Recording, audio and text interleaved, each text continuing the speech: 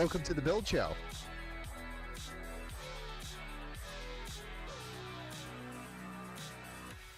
I was actually worried I wasn't going to get the glass today.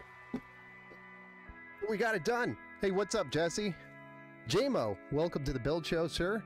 Jesse, welcome back to the Build Show. How's everybody's evening going? Hopefully everybody's having a great Friday evening. Wanted to get started a little earlier than this tonight, but hey, it's me. So, Threadripper, let's go! Yes, finally we're doing the Threadripper build, the one that we've been talking about for a while.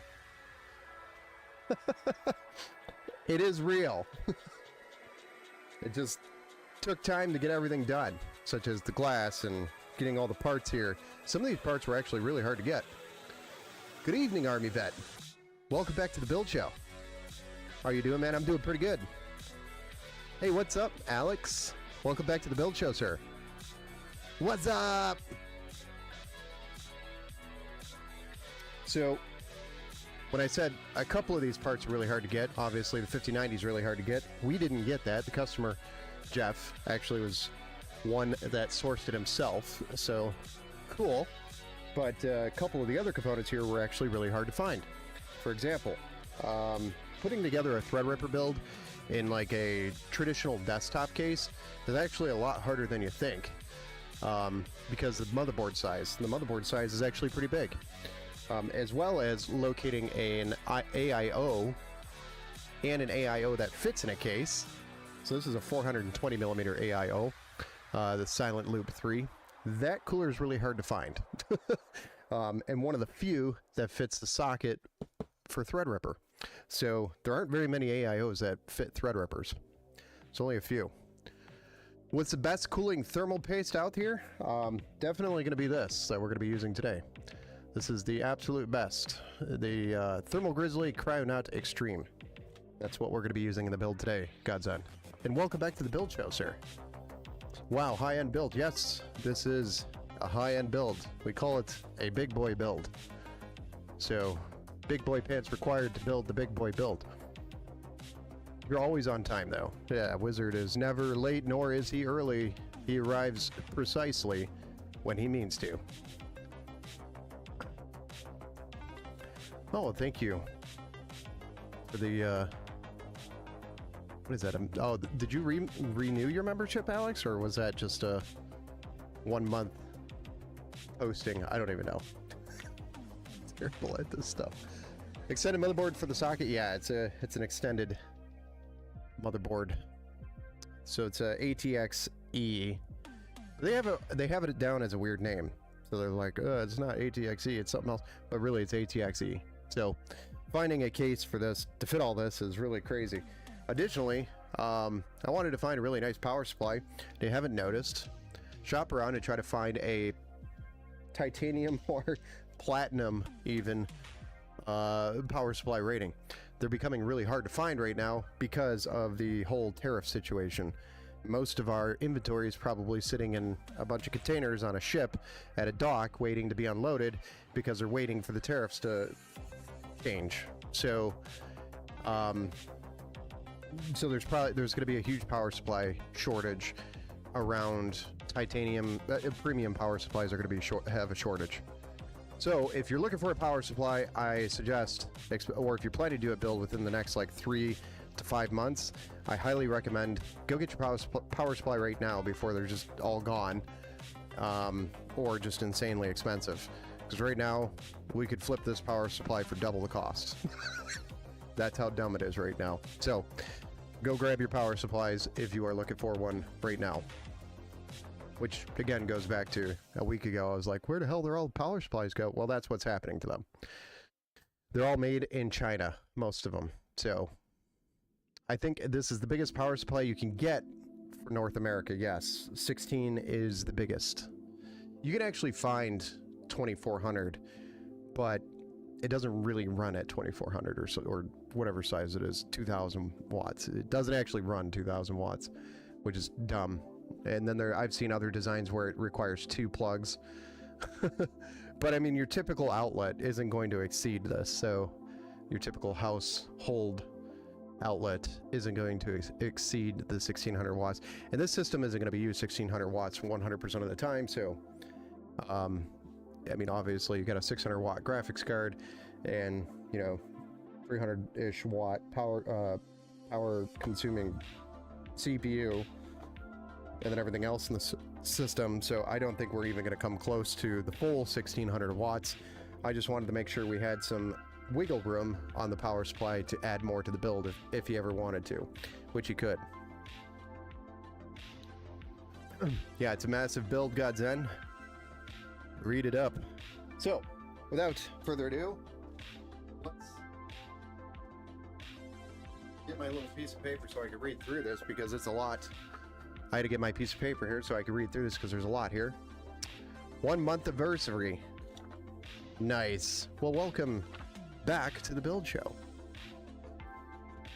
Too big for my britches.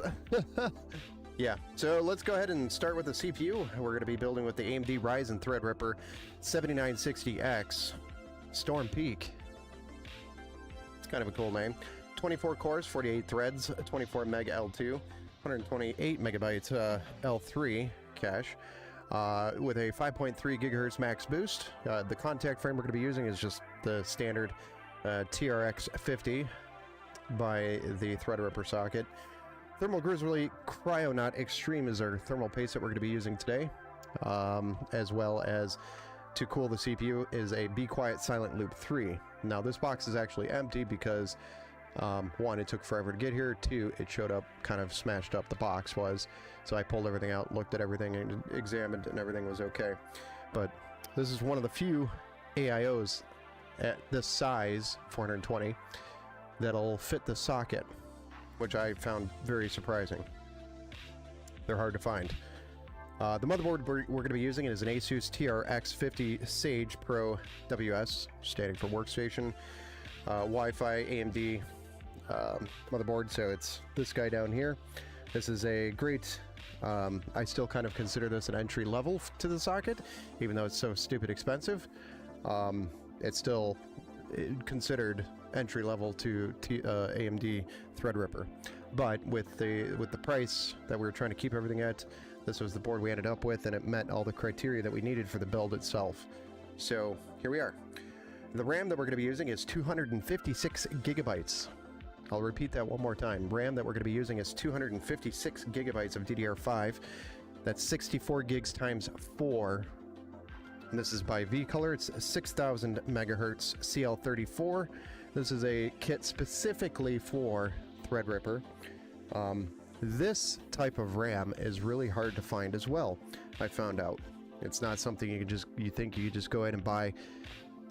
Micro Center does have a couple of kits by G-Skill, but they were really kind of wonky kits, and they were not listed on the QVL list for the motherboard. So when you're building at this level, you want to make sure you do your homework, obviously. To do that, one of the couple of things you do is verify the RAM is on the QVL list for this board, and this kit is. So specifically, getting a kit that's on the QVL list is important. Next, we're going to be doing a RAID with 3 8TB SSDs. So we have 3 8TB SSDs. We're going to do a RAID, I think it was a RAID 0, so we should end up with like 24 terabytes of storage, or 20-ish in the end. One drive spanned across the 3. Super cool. And then we have the RTX 5090, which was provided by Jeff. This is a Founders Edition card, I believe, in the box, the brown box below. With that, we're going to be putting all of this into a Lian Li O11 Dynamic Evo XL, top mounting the AIO, and we have a bunch of reversed fans. These are actually made in Germany. These are super cool fans that I wanted to use for this build because of their quality, and they're made in Germany. It's a smaller company, but it's a geometric future styled ring RGB, so it's not overwhelming with the RGB. It's super light on the RGB with the RGB rings, but what I was really interested in is their how much airflow they can move. They move some pretty good airflow, so it's a brand I've always wanted to try out, and this seemed like the perfect build for it. The case is going to be in white, the fans are going to be in black, the cooler is going to be black, the cables are going to be white, so it's going to be a mixture of white and black parts to kind of come out to a white and black type theme.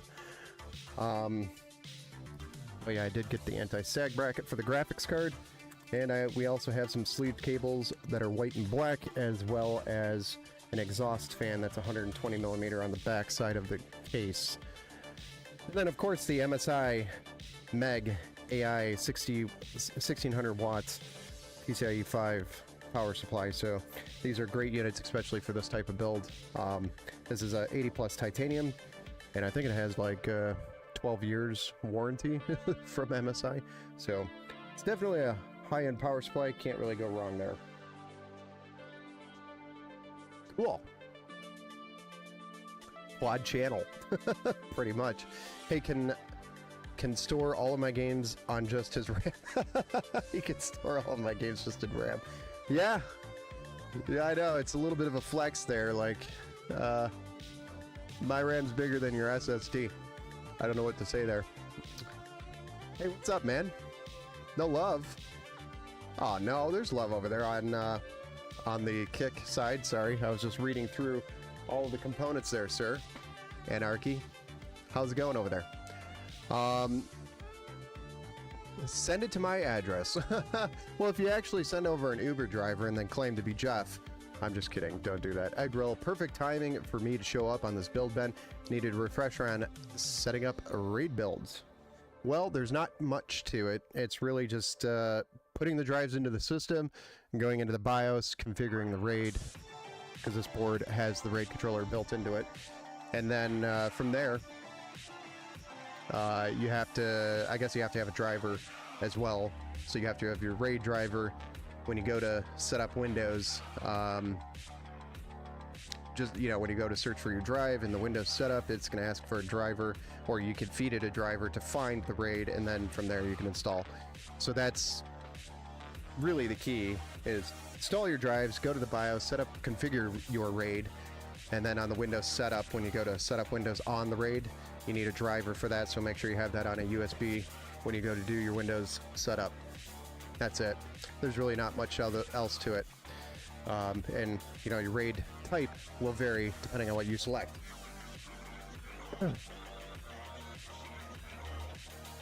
All right. Mike Thompson, welcome back to the Build Show, sir. Anarchist Healing. Hey, bro, what's up, man? Welcome back to the Build Show. Sincere, what's going on? Ben, how did that open loop build turn out? I'm still working on it, so it's not done yet. Still in we're waiting on parts, actually, for that build, so it's going to be a little bit before that one's done. So we're still working on it. RAID 0 or RAID 1? I think it was RAID 0 that we're going to do.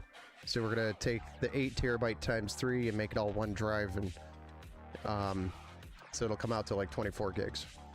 Or 24 terabytes, sorry. Thank you, Ben. Yeah, no problem, man. I want octo channel RAM. I don't know if you can have octo channel. Does that even exist? I don't even think that exists. Hey, what's up, Ant-Man? Welcome back to the Build Show, sir. So, we caught up on, it's finally alive and working. It is?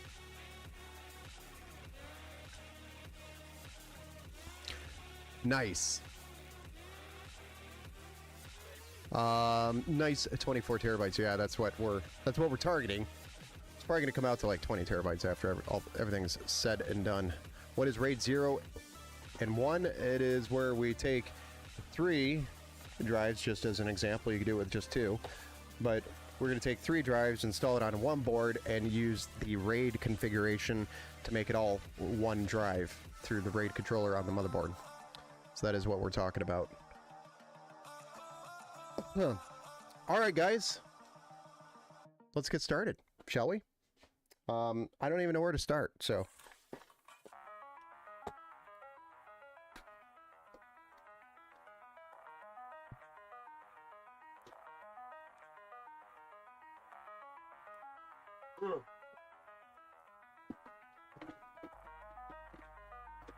We don't need this anyway, do we? Don't worry, that was empty.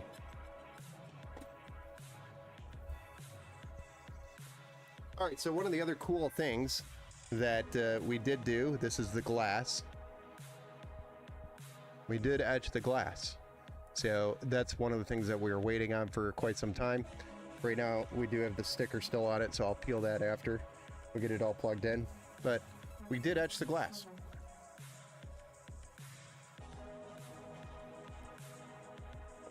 Thought that turned out really nice. So really looking forward to seeing it on the case and running.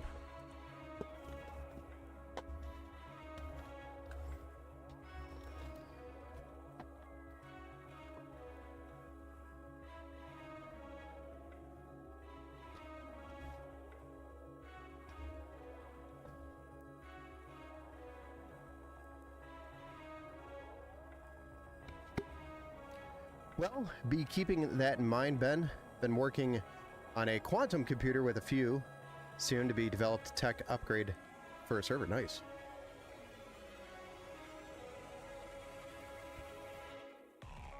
Didn't know you could do that. I didn't know you could do. Oh, you mean for the raid? Yeah, you could do that. All right, guys, let's do this build. Steve Anderson. Most games can get by with 16 gigabytes of RAM nowadays. I am building a computer tomorrow, taking RAM from another to save cost. Oh, nice. Yeah, you can do that. Yeah, 16 gigabytes is generally the bare minimum that I build with today. But 32 gigabytes is honestly becoming the new norm. And 64 gigabytes is becoming also more normal as well. So we're definitely getting up there.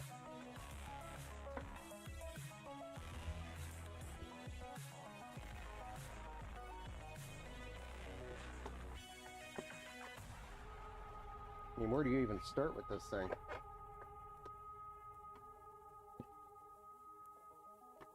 It's a lot of cool stuff here.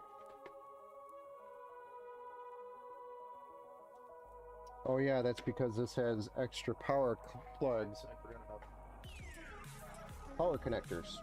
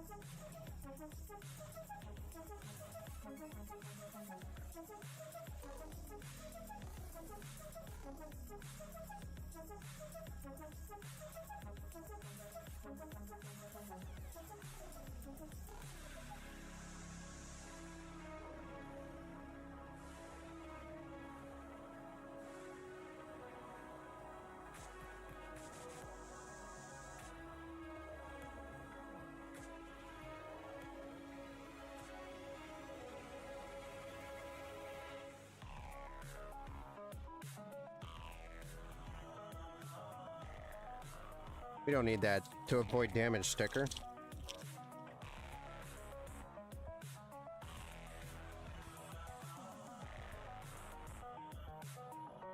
Do we?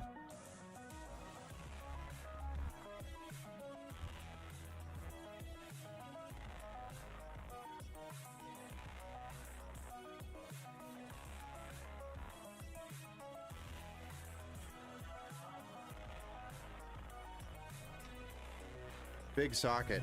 Oh, it's a big boy socket. Most games can get by. Yeah, he etched "we" into the glass. Oh, "we."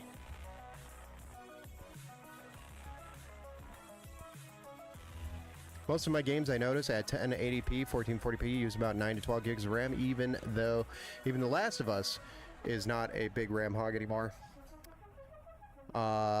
Beaming sucks up all my RAM. Yeah, I bet it does. Beam's one of those games that does. Uses up a lot of CPU, I think, and RAM as well. 32 gigs or bust. Hell, 64 or bust, I know. Well, 32 is pretty much the new standard. 16 is like the bare minimum. Question, Linux or Windows for gaming? I suggest Windows only because there's more support around it. I got a new Z690 coming in tomorrow. Oh, nice. $99.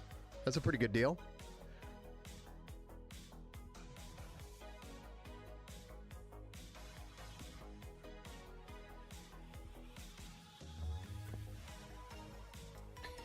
All right, so we're going to install the CPU. There's a very specific process for installing the CPU. I know.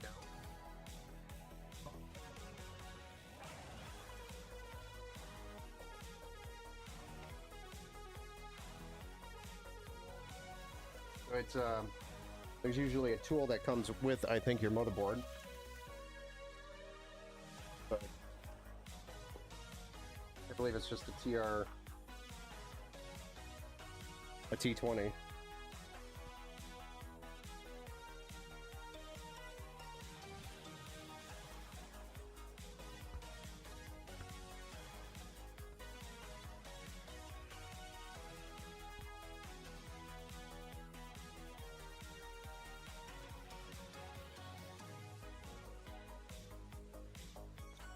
Which then will expose the bazillion pins here once we lift that. So I'm going to pull the CPU out and actually slide it, or get it ready so we can slide it in. It's a very unique process to installing these. Different than your standard motherboards. So here's our AMD Threadripper. This massive thing. It is a beast, for sure.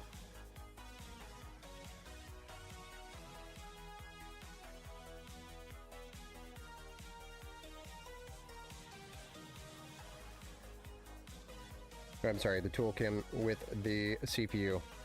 My bad.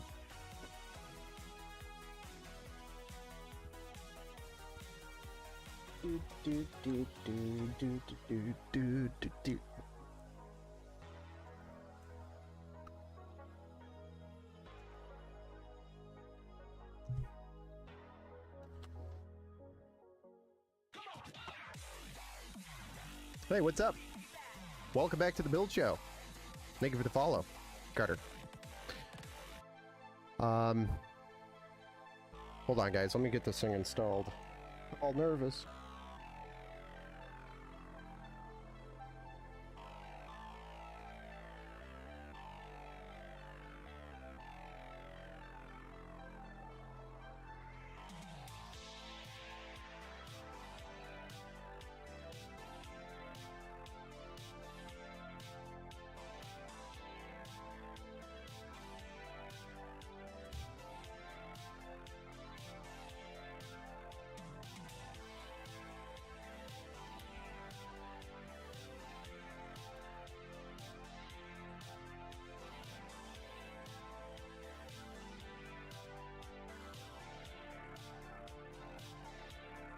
I thought this was supposed to pull off of that.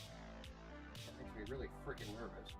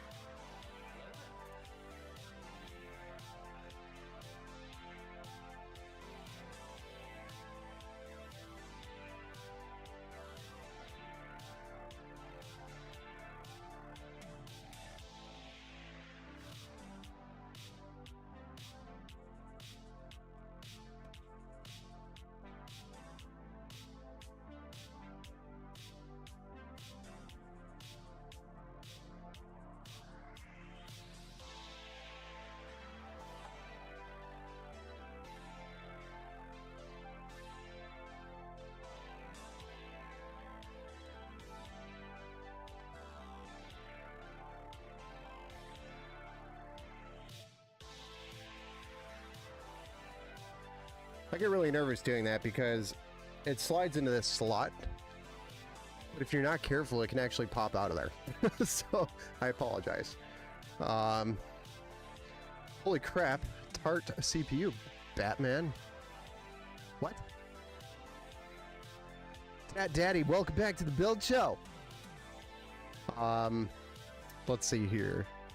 16 for AM4, 32 for AM5, pretty much. Yeah, I mean, I'd say, you know, 32 for AM4 is even cheaper. You can get a 32 gig kit for like 45 bucks. Holy Pop-Tart size. I know, it looks like a Pop-Tart in there, doesn't it? Isn't it great? I have a 99 12900 KS. I should use it. I told myself. Yeah, you should. It's a nice CPU still. Been wanting to build me a PC for my birthday. I'm kidding. Oh, Ben, do you want to? I mean, yeah, if you want to tell me what you want. Send me the money for the parts so we can build it. Hello, great streamer. I am contacting you to offer a collaboration opportunity.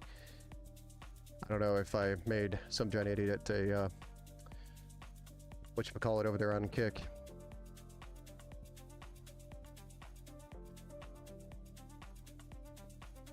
So anyway, this thing's supposed to pop off with, I thought this, and it didn't.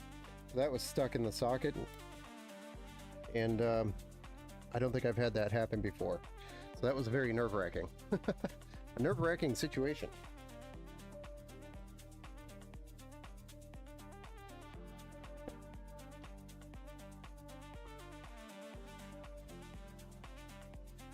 For me, anyway, that was nerve-wracking.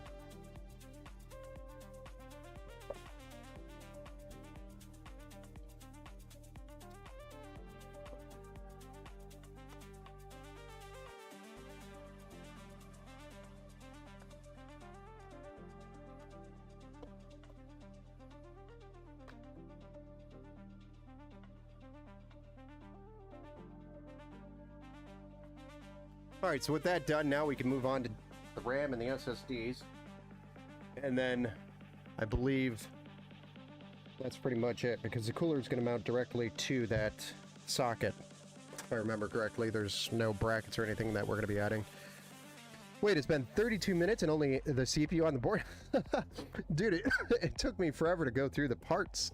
There's so many parts in this build. It's a massive build. Should have started earlier, but we didn't. Egg roll.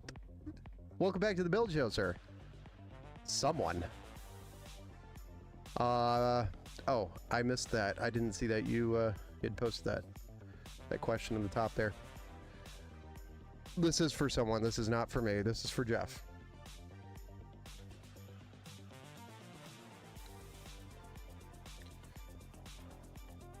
I did get a Thermaltake 750 watt bronze power supply for 75 after tax. Yeah, even that's a little pricey for 750 watts bronze, but it is a Thermaltake, so it's a little bit better. But prices on power supplies, I would expect those to go up, guys. Unfortunately, that is in the horizon.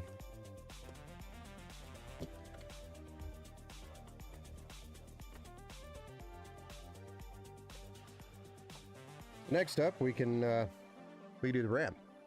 So we've got 256 gigabytes of DDR5, 6000 megahertz CL34 by V-Color that we're going to install.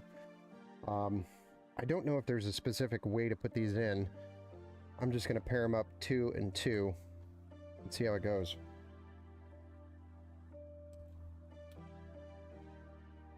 Because it's supposed to be a matching kit. Anyway, right?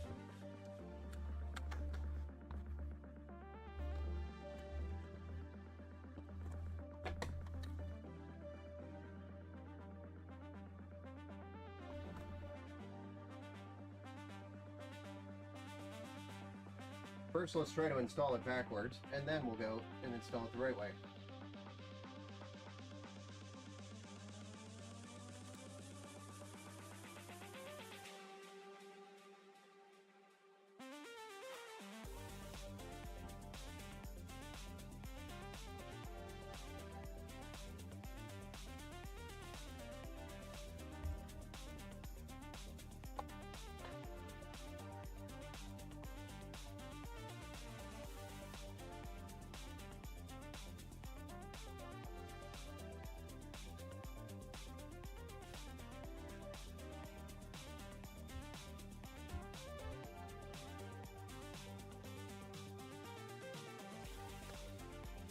Yeah, we're not rushing this build, Tat. We're going to take it nice and slow. I think every single component in here is at least $1,000.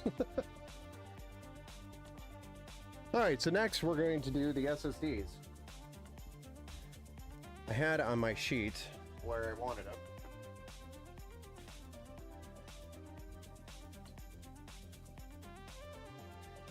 Because there was kind of a very specific process I had to put them on this board. Do. 1, 2, and 3.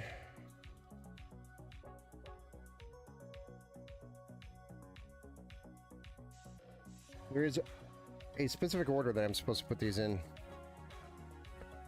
And I can't remember which order that is. Let me give me a second to look this up, guys. But we're going to be installing 3 8TB SSDs, and I just need to know where to put them. I think there's 3 or 4, unless there's just 3, I can't remember. Let me look.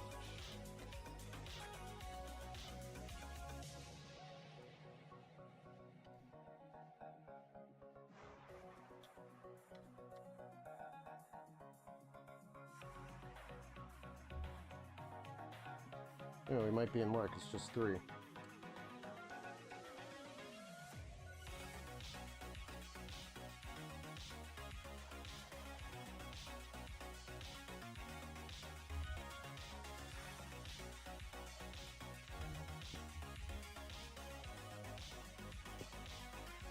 Never mind. Alright, so we're going to put one here, here, and here. How about that? ECC RAM or unbuffered? I believe this was ECC.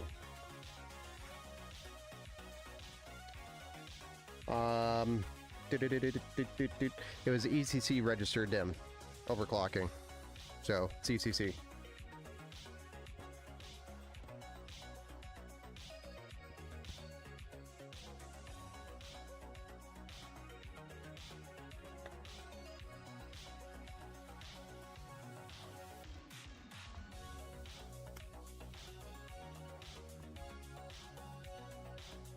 $256 gigabytes of it, yeah. My ex would tell me where to put them. Reasons I'm building now as prices are going up soon. Yeah, they're going up. There's nothing we can do about it.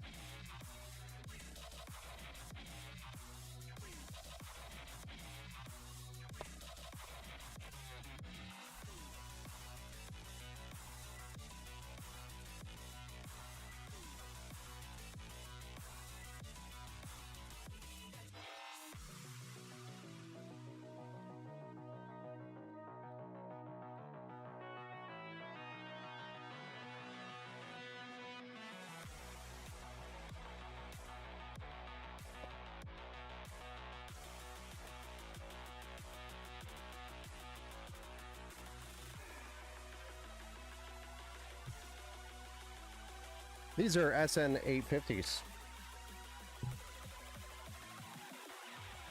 West Digital Black, and they come down. I try to avoid them, avoid new when possible, except for NVMEs and storage. Hardware, though, for the most part, is durable. Mostly. The only things that I don't like buying used is storage, just like you mentioned, and I don't like buying power supplies used. Or CPU coolers. Those are about the three components that I always buy new, no matter what.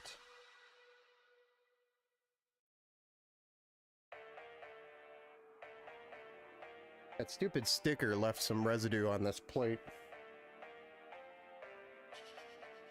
which was retarded.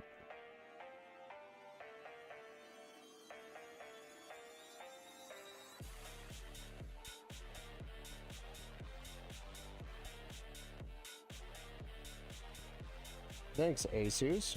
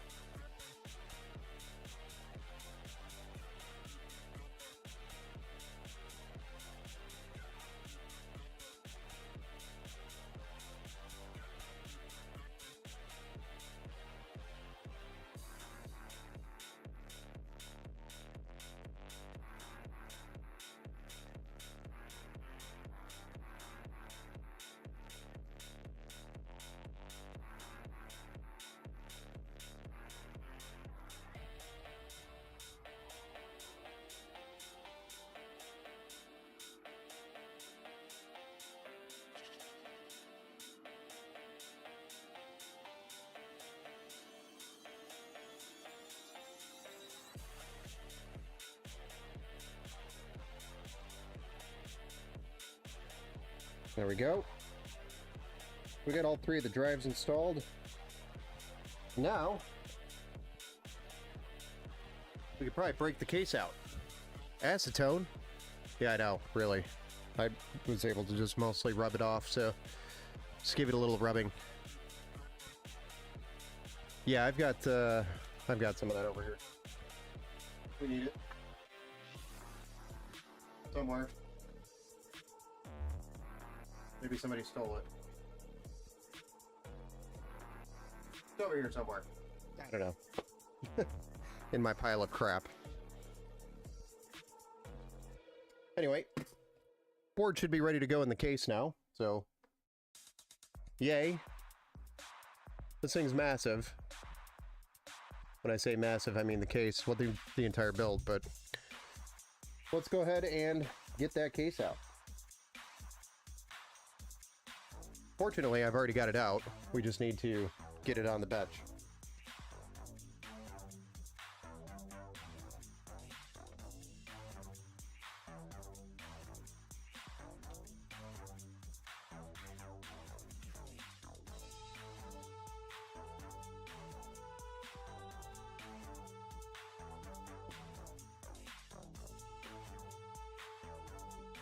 Remember, we etched the glass.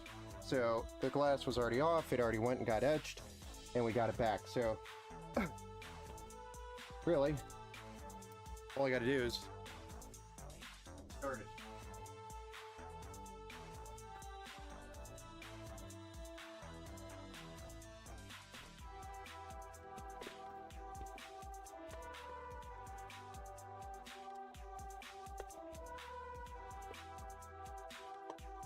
Oh, I didn't know it came with a bracket thing.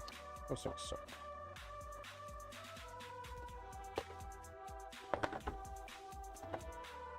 Ah.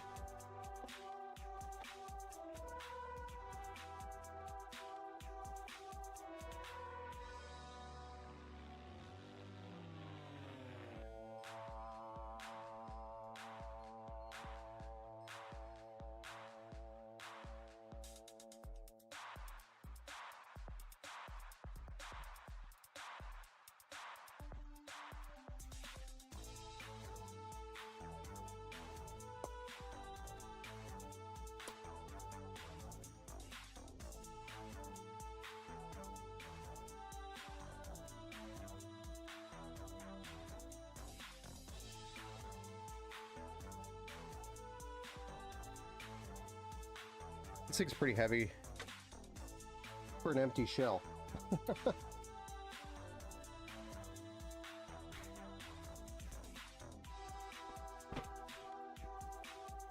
So I don't remember if there was any specifics that we had to do for extended. I think it just overlaps the side there a little bit. Okay.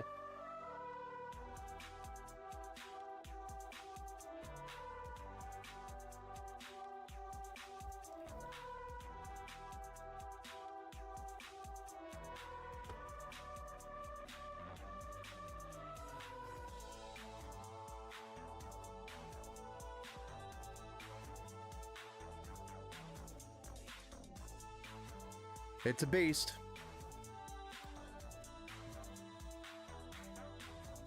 What's good, Steve Stain? Fancy seeing you there tonight. He's always there every night. I just wish the white cases were just all white. I mean, for the most part, this one's all white. The hard drive cages on the back, I think, are black, but they're internal. It is an XL, yes. Mike Thompson, you are correct. This is the 011 Dynamic Evo XL RGB. So, I think this was the RGB edition. That's what I thought we ordered.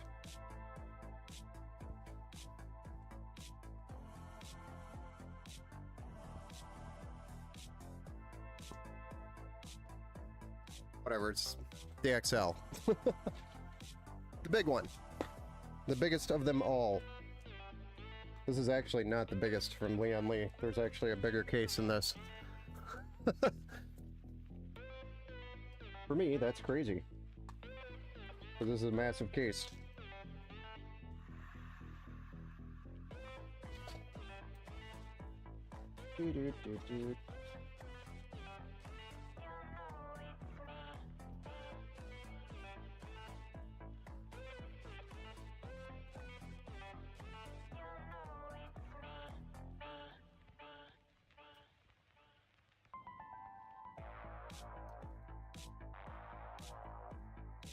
Why is that a thing?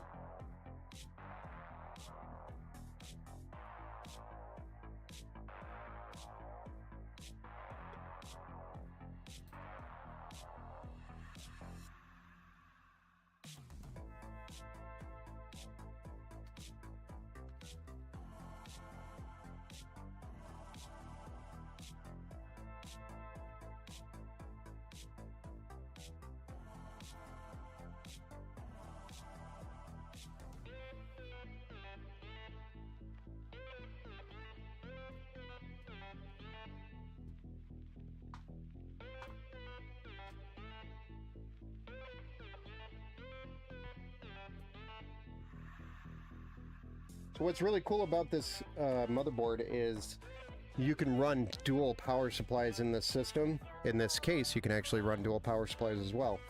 But this motherboard supports dual power supplies. So we've got two, whatchamacallits here, dual power supplies. But it's unique. I wish I would have ran a refresher before I did the build, because it's been a while since I've worked with this board. It's been a long time, actually. I think I've only ever touched it once, and I've gone through it once, but basically you have PCIe, EPS and PCIe that's powering the CPU, and there are special cables for that. So I might have to sit down and just do a quick refresher for the power, just to make sure I'm doing it right, because I don't want to do something stupid. And then we're only running one power supply, obviously, but just something to note, this motherboard can take two power supplies. And when you push the power button that feeds it back to the motherboard, it will turn on both power supplies, which is pretty cool. Generally, you just have to put in a some sort of extension that just jumps the other power supply to start. But this motherboard allows you to plug in both power supplies, which is pretty cool. So it's unique. And why would you run multiple power supplies? Well, let's say you have multiple GPUs in your system for, you know, AI or something, or heavy workload. That is why you would have multiple power supplies in your system, because a single 1600 watt is not going to run more than one 5090 or two 5090s plus a system on top of that. So you need more. You'd have to have another power supply. But it makes it so that both power supplies run as a team altogether. Really hope ASUS gets their act together. Lately, they have been really dropping the ball in a lot of areas. They have the sexiest equipment on the market, I know. They're always my go-to premium brand, but premium has a price tag, and that's called problems. Problems suck. Thumbs on a lowboy trailer. Yeah, pretty much. This one, thankfully, was just delivered by UPS. So, no lowboy trailer required. Get that one? No, we got them all. So, motherboard is installed. Cool. These are also VRM fans that are built into the cooler to help cool the VRM, which is pretty dope. But to give you an idea of how much power is running through here, the motherboard actually has fans on the VRM as well as a heatsink. What's good, Steve? You are going to need a full damn tube of thermal paste for that bath. Well, that's why I got 2 grams. I got 2 grams. Enough to cover 2 desktop CPUs, so it should be enough for the thread. If I need more, I have more. MSI motherboards are better in my opinion. Yeah, I think, you know, they're all good. They all have their ups and downs. Like, I have a beef against MSI software. When you first install the MSI Center, you have to like reboot it 18 times and then make sure all the Windows updates are done, and then finally MSI Center starts working and allowing you to click stuff, and it's stupid annoying. But I mean, both have their own quirks. Don't own any MSI. ASRock is another one of my favorites. I'm streaming right now on an ASRock motherboard, and it has its own quirks as well. And same with the BIOS and the software. I'm not a big fan of ASRock's BIOS or their software. It's just meh, very basic. They could do a lot better, especially now that they're charging pretty close to everybody else's pricing. They should be able to produce a better product at this point.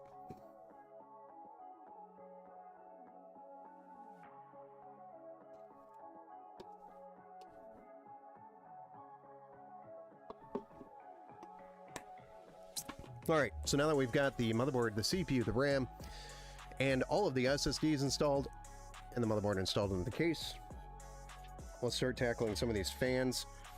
Or, you know, let's get some of that front panel stuff plugged in. We got USB 3, I think there's 2 of them, but I don't think this board supports 2 of them, surprisingly. I wonder if I have an adapter. There's our C. Thought there was an adapter for this thing. Let me look.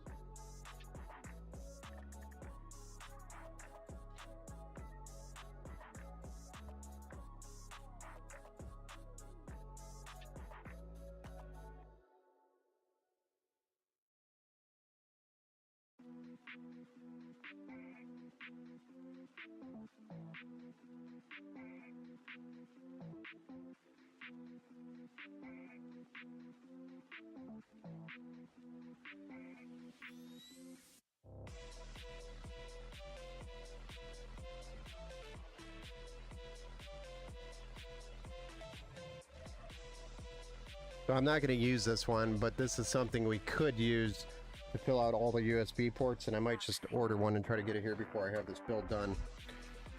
So let me do the refresher on the power real quick, and then I'm going to order that before I forget.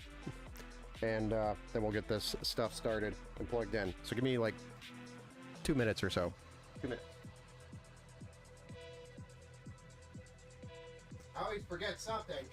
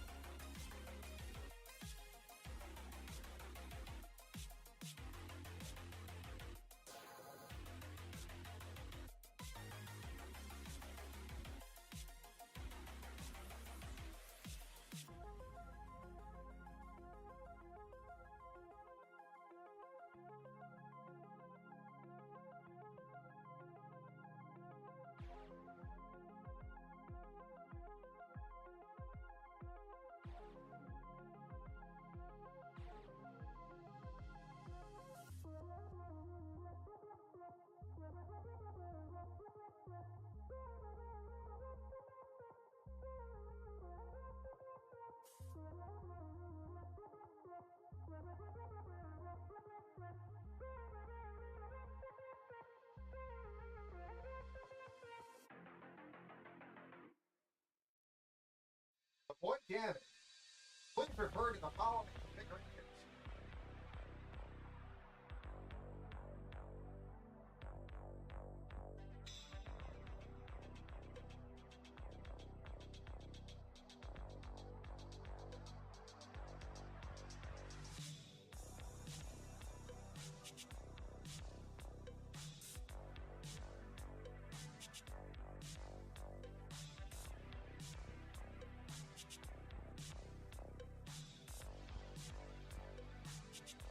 So it's got a very unique connection.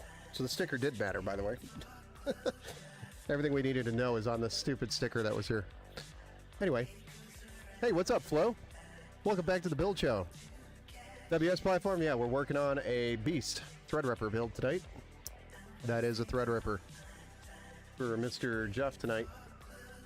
Monster build. Yes, AI computer eats power. Yeah, this is going to be actually for AI. AI. Team Red, baby. It is a Team Red. Yes, sir. Mr. Marker, welcome back to, or welcome to the build show. I think this is the first time I've seen you. The thing is loaded with all the bells and whistles, along with USB-C, almost perfect besides the PCIe Gen. Yes. Gen 3 runs my 3070 nicely. Yeah, but this is going to be a 5090. It's the only thing that maybe it would be missing, but it's still going to run it great. Don't really need much more than Gen 3 bandwidth-wise. Yeah, exactly. Mr. Marker, as Wendell would say, PCIe lanes for days. That's the whole point that we grabbed this, went to the Threadripper, is for the PCIe lanes. So we're starting with 3 M.2s, 8 terabytes, and we're going to have a 5090, and then he's likely going to be adding more storage to the build a lot. So, hey, what's up, Lattice? Welcome to the build show. So the PCIe lanes was a big concern. We know on a standard, Ryzen setup, we'd probably be exceeding it eventually there. So getting to a Threadripper platform, allowing him the upgrade ability was the idea. So we got to the Threadripper platform. We're going with 256. That was the other thing. He wanted a crazy ton of RAM. So 256 is what we're starting with here. That's 4 64 gig sticks that are in there.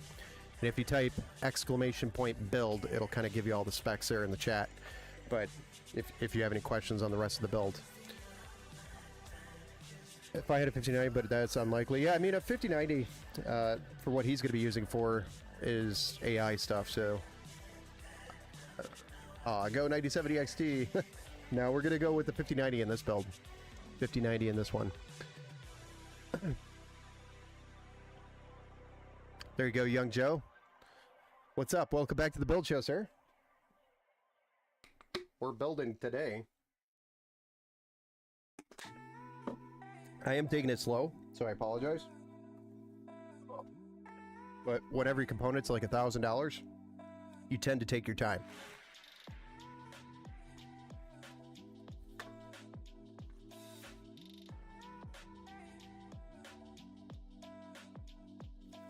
So these are really cool. From the case, these are SATA cables. So what I'm going to do is actually plug all of these in for him, since they're here. I think some of them might be getting disabled, but I'll plug them in, and it makes it so that he could just hot swap a drive in there. Super easy for future usage.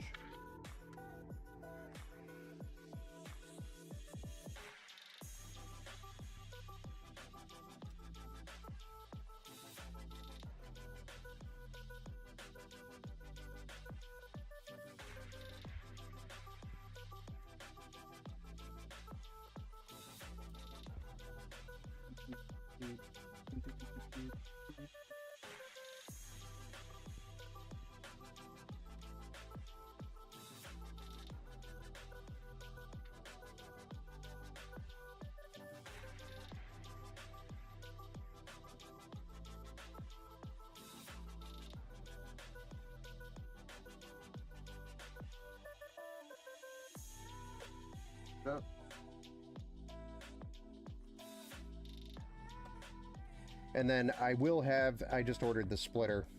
So the splitter will be here on, actually tomorrow. And that's going to allow me to plug in both the USB 3s, because I think it only has the one. If I remember correctly. It only has one. I only see one. It's actually surprising for a board this size. You expect 2 of them. Think of that when we built it. So I'll plug in one. And then we'll plug in or double it up when the splitter arrives here.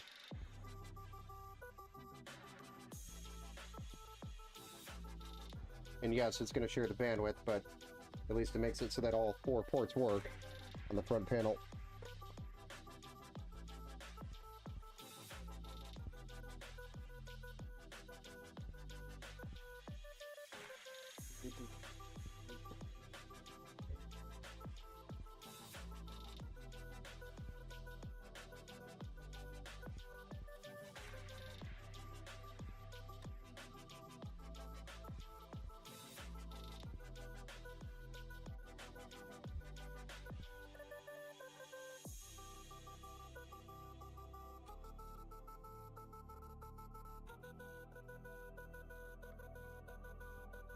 always try to plug in the USB-C the wrong way the first time. And I'm just plugging stuff in as I go here, guys.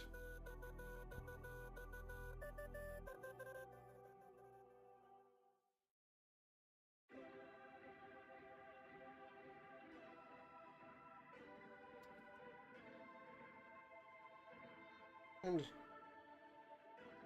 look at these.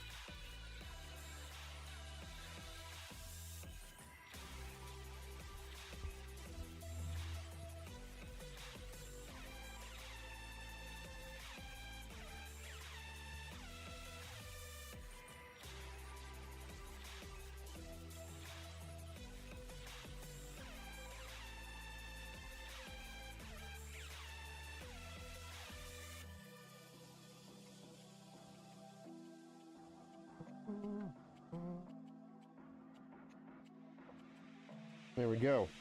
So we got most of our front panel stuff plugged in. We could do our power, which basically it was saying on this manual, the ATX single power supply installation is when the system is powered on only by one PSU, ensure use a single rail PSU. If you wish to connect the PCI 8-pin connectors to PCI CPU 12 volt 1 and PCI CPU 12 volt 2.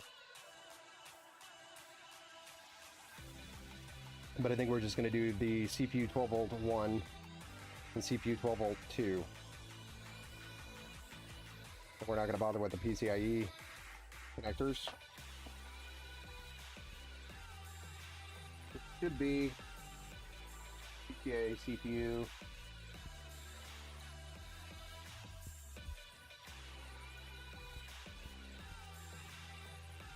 PCI CPU. It's these two that we don't want. So this one and this one we will, I think. It is PCIe CPU 12 volts 2. Kind of weird. FBI, open up. I could render the whole Earth in like an hour. Nice. What is he doing with the Super PC? He's doing AI stuff. 2-year warranty, baby. Let's see here. Lots of stuff going on in the chat. I would just... okay, you could stick a 16 driver SBA in a slot with full bandwidth. That thing is sweet. Yeah. I was thinking of getting a GPU from Zotac because there are the only ones in stock, but I've heard some bad things about their quality. Nah, Zotac's fine. Do I not buy from that brand? Nah, you could buy from Zotac. I build with Zotac all the time. I think worst case scenario, I've had a couple of GPUs with fan failures, and that was because, you know, I've had a customer stick their finger in the fan and it blew out the blades, and then he was like, yeah, the fans just exploded. I'm like, the fans don't just explode like that. So we ended up replacing the fans anyway for him, but it's kind of obvious somebody stuck something in there or was reaching in the PC and something hit it. And then, you know, I've had other fans on Zotacs go, but that's really it when it comes to quality. I mean, we're talking like a year or two down the road and all of a sudden the fans start squeaking. I mean, it happens to all of them, so it's not just Zotac. Other than that, I've not really had any issues with Zotac. I really wish EVGA would come back to GPUs. They'll never come back to GPUs. Unfortunately, they're done. One card you don't need the extra power to hook up. Yeah. One card you don't need the extra power to hook up. What do you mean by that? He had memory issues with the Zotac 3060. Would not clock at all. Oh. I mean, they do have the warranty, so you can always send it back to them. 99% of them, it's 100% user error. Yep. Daughter's RGB thing, I messaged you about, Ben. I fixed it. I changed the header to the 5 volt, and it showed up in the software. Nice. Interesting. Yeah, that's kind of where I was going, was trying to figure out where everything was plugged in so I can better answer the questions for you, Tat. I just didn't know.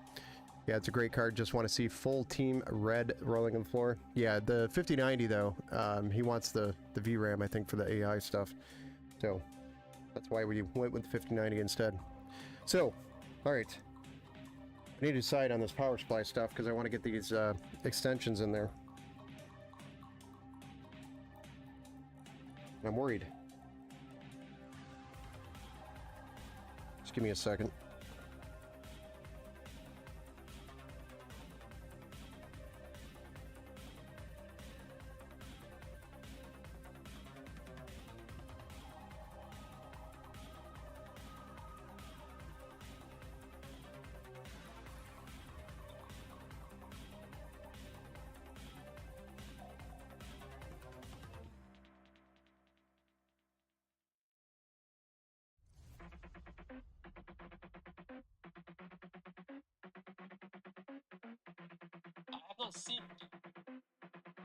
Ben, did you send that wire yet? No, I have not sent the wire yet. It is still sitting in the envelope here. UPS wasn't here yesterday or today, and I've been doing a lot of running around, so I didn't make the label yet. Meant to, but it's just sitting here on my pile of needs to go out boxes. So I will send it. If anything, I'll get it dropped off tomorrow at the UPS drop-off. So I have a whole bunch of other stuff that needs to go too.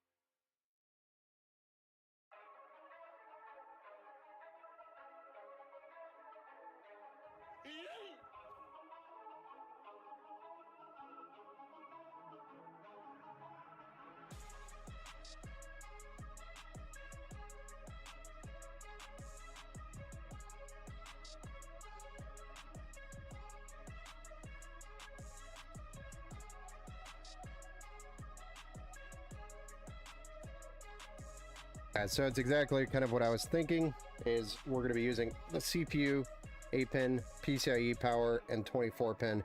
That's all we're going to need for this setup. There is additional options for a second power supply. and some additional PCIe power here to power the PCIe lanes, but I don't think we're going to need that. We're just going to need 24 pin, the PCIe, and the 8-pin CPU. These two are actually going to be powering the CPU itself. So, now I know. Yeet! Oh, ban that word. Ban the word GPU punishment is you take a shot of lemon juice or hot sauce. Alright guys, the word GPU is now banned, so I cannot use that. Dang you, Joe. Let's go ahead and get these extensions set up. I wonder if we have white. We have white. I'm gonna see if I have any white cable combs. So I want to use white ones here, not black. That came with the kit.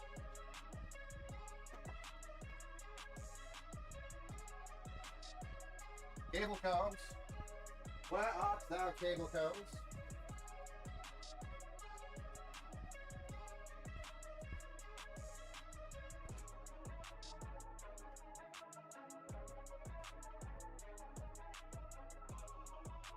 Okay, we have lots of cable comb options here.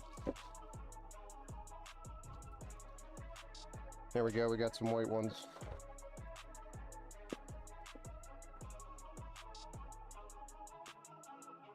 Well, this is what happens when you're a PC builder. You have boxes of cable combs.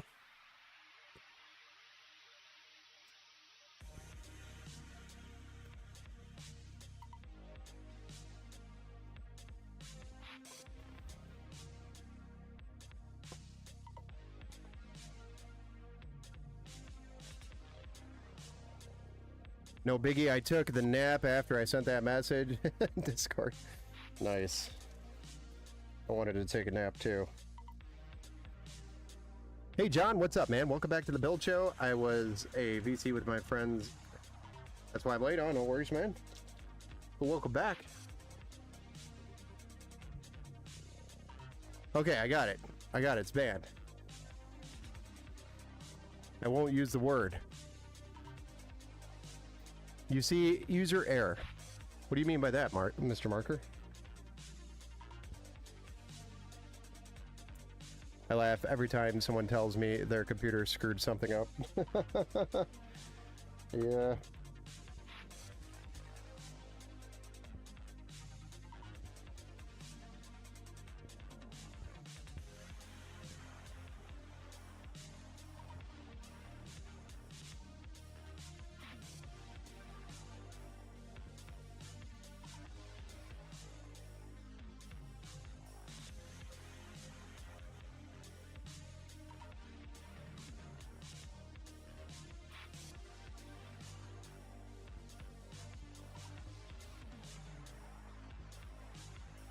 I think the white cable combs look a lot better in here than the black ones would. Just my opinion. Maybe I'm wrong.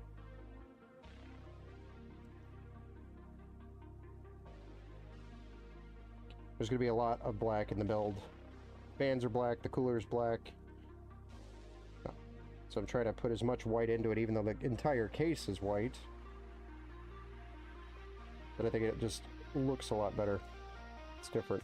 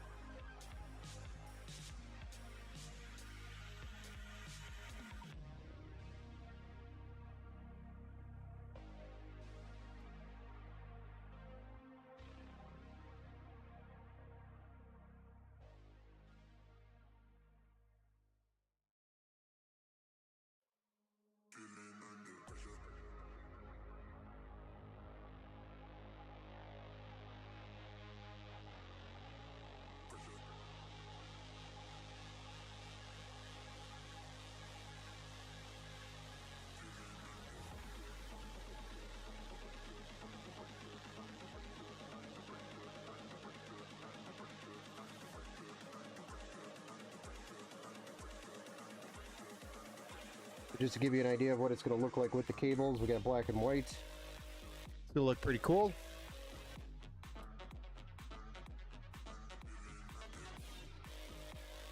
And then we are doing a push-pull, or at least going to try to do a push-pull on the top.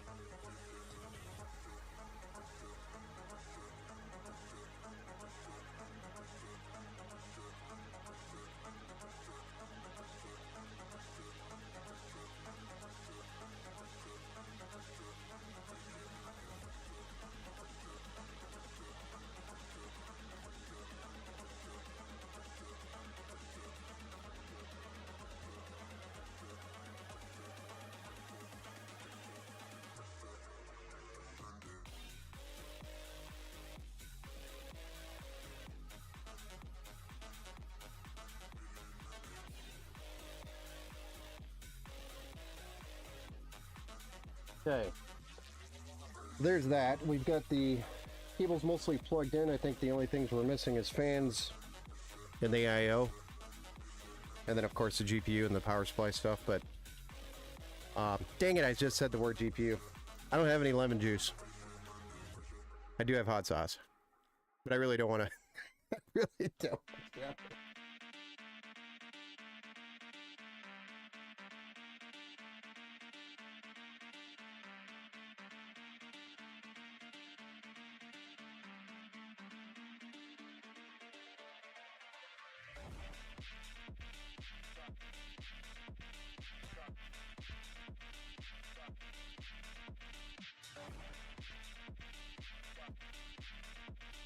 All right, Joe.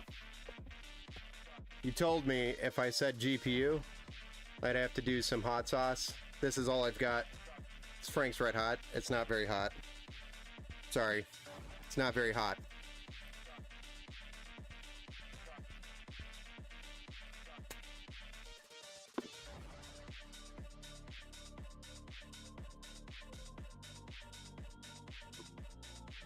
So I said the word GPU. It was supposed to be banned over on Twitch.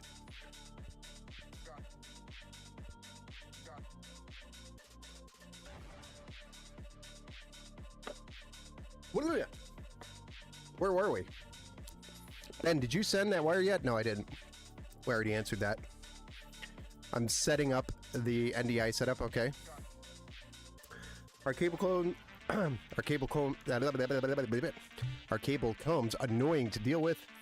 They can be. They're just very time consuming. So for me, sitting here kind of looking down and doing the cable combs, it's really annoying.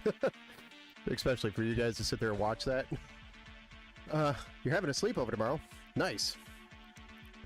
After the stream, I'm going to rejoin VC in Discord. Nice. Young Joe, I hope you were watching that, and I hope you enjoyed it.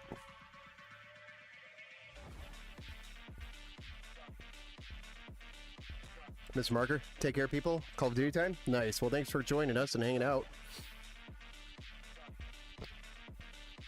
So, anyway, we're getting there. We just gotta start putting some fans in here. How about we do that? Start getting some fans in here. So, specifically, we have reverse blades for the bottom, reverse blades for the side, normal for the top. We're supposed to have a 420 up here. I just want to actually check to make sure it fits. I'm going to bust out the radiator right now.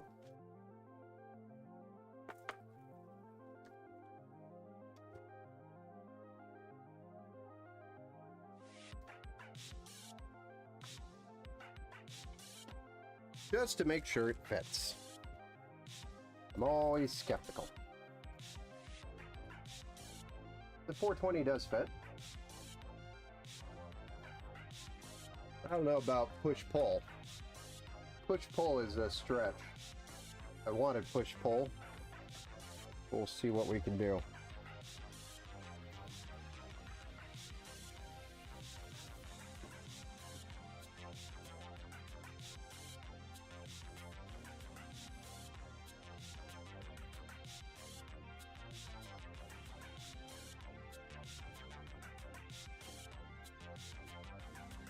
But first, let's do some case fans.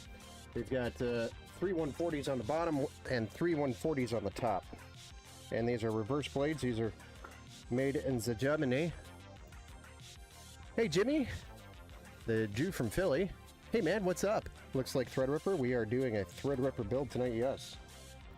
It is the Threadripper Bazanga to end the week. This will be one of the last builds I build this week. One of the longer builds of the week. But it's going to be an awesome build. But these fans are from the Germanies. From the fatherland.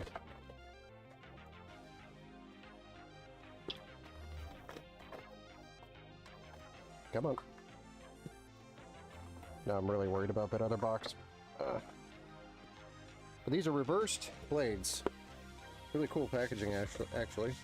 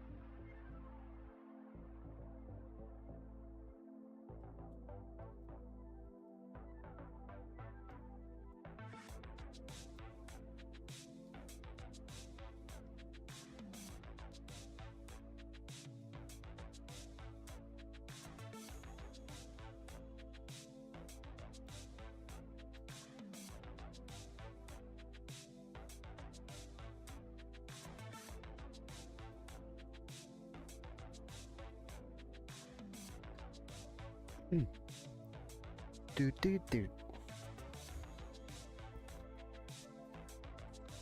I love how young Joe bans the word GPU. I say the word GPU and then I get nothing out of him in the chat after I drink some Frank's Red Hot just for him. What's up, young Joe? You want to play the game but not say anything when it happens?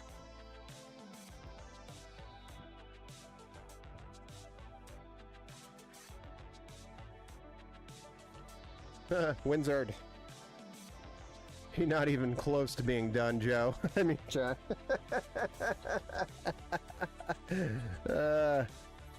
Yes, I will be showing the post of the PC. We're not even close to being done now. We're going to be making some slow progress through the night here. But we are finishing the build tonight, and we are going to fire it up, and we are going to post, yes. Unless, of course, there's a problem. Which I hope not. Because that'll suck. I know, I mean, for when he's done with the build, yes, we'll fire it up.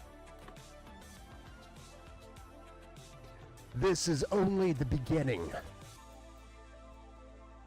So if you got some snacky poos, why don't you grab some snacky poos, and if you're 21 and older, grab a beer or a adult beverage and kick your feet up and enjoy the PC build itself. Takes time to perfect art.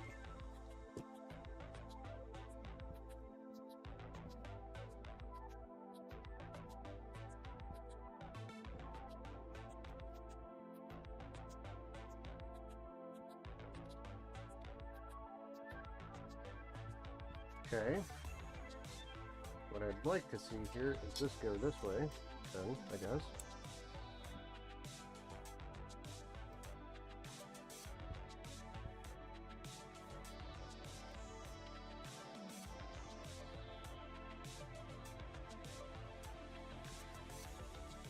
Oh yeah. Clean. That's clean. I like that. We'll clean it up some more with a little bit of a zip tie.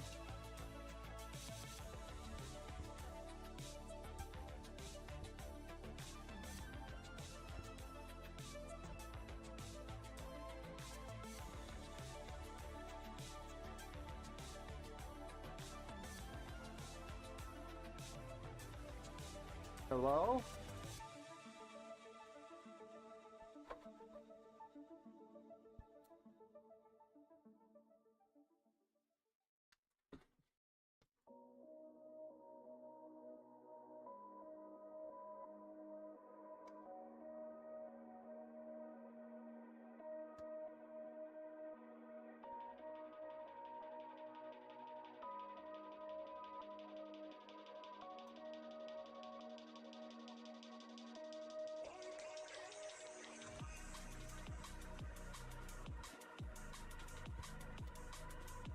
I always forget these trays like to pop out on you.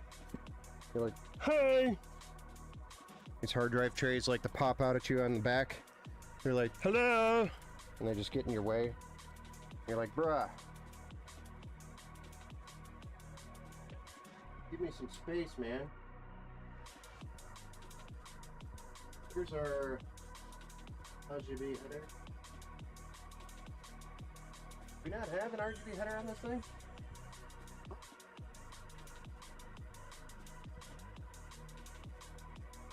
One thing I did not take into account.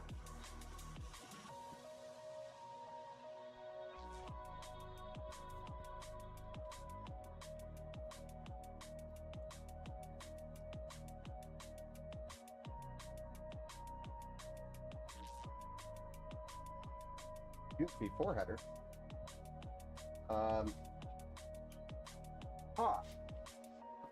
I did not take this into account, but the motherboard does not have an RGB controller on it. Voice chat. VC is voice chat. You guys know that this board did not have RGB on it? No headers? Kind of surprises me. Would have expected it. Even though it is a workstation board, so why would you put RGB in it? So, with that being said, temporarily, figure something out.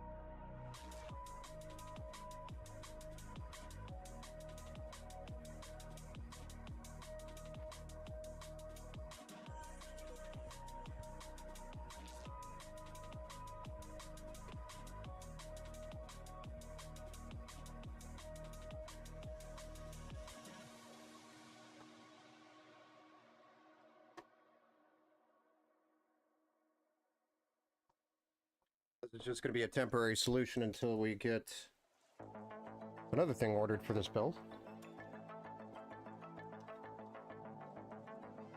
Just so we can fire it up. I think we're going to have to go... That hurt. That hurt. Fuck, that hurt. I think we're going to have to go to USB for the RGB. Oh, there goes that controller.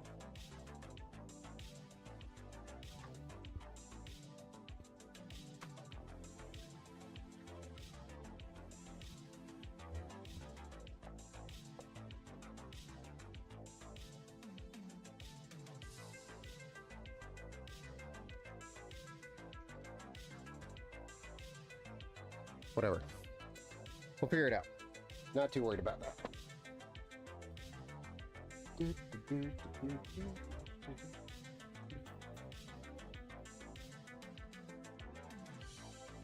Note to self, this board does not include RGB.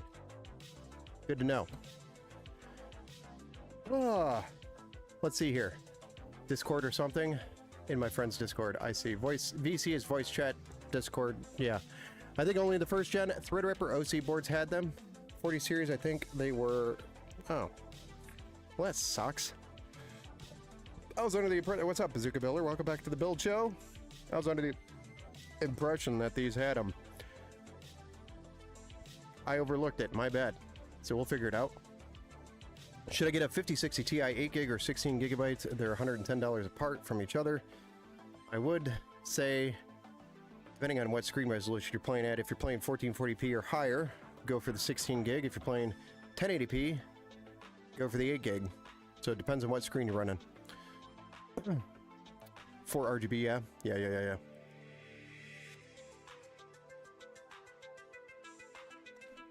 But if you do find a 9060 XT for less than the 5060 Ti 16 gig, yes, I agree with Wizard. Go for the 9060 XT 16 gig. 1080p, then the 5060 Ti 8 gig would be perfectly fine. And streaming. Still, 8 gigs probably fine. One stacked build, yes, it is a very stacked build. Thank you for noticing. Get that a lot. Alright, so next thing I'm going to do is try to clean up some of these cables down here at the bottom before we get too far. Really, I'm just going to put some zip ties on it. That's all I'm going to do. Just a couple of little zippity zips.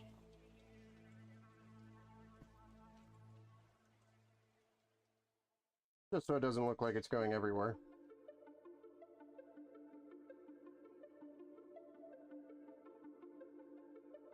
Looks a little bit more uniform.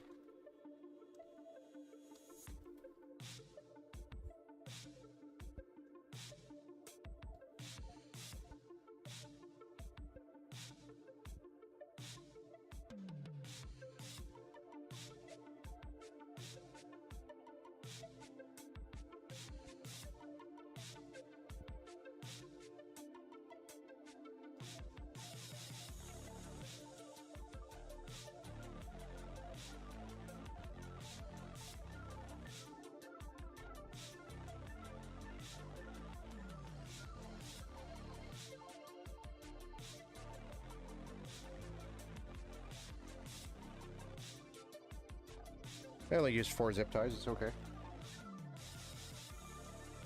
Just keeping count anyway. Try the accountant. Why the hell did you use that many zip ties? Okay.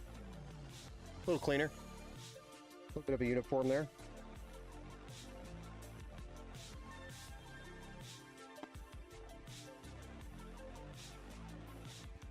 Okay, so we'll do the side fans now.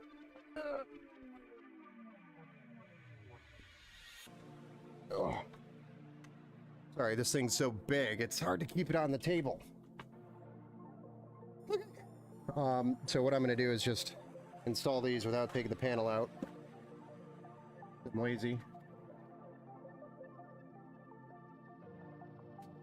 How do I already lose a screwdriver? There it is. You always lose screwdrivers. Jesse, 32 gigs of RAM is perfect for video editing. 32 is good, a good start. I agree.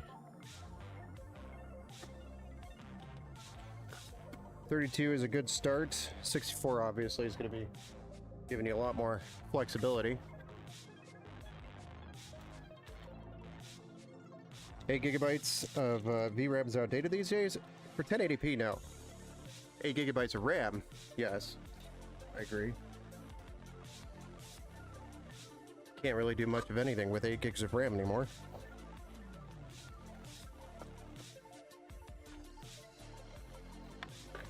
Oh my gosh.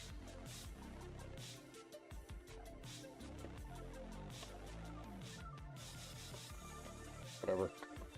Do I even care about the box? No, not really.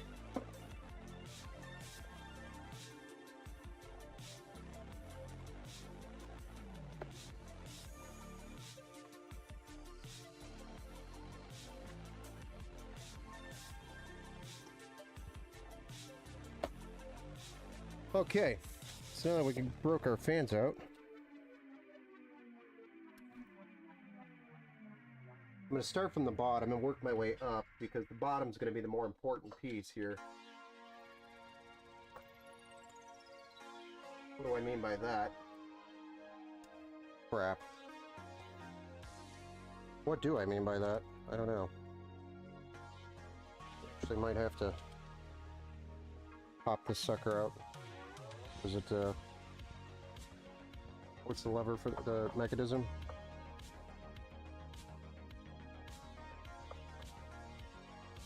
Shit. Shoot.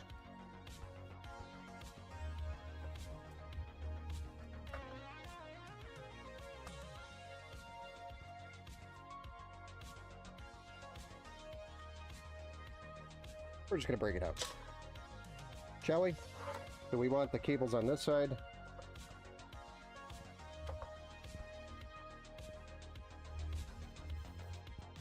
Cables on this side.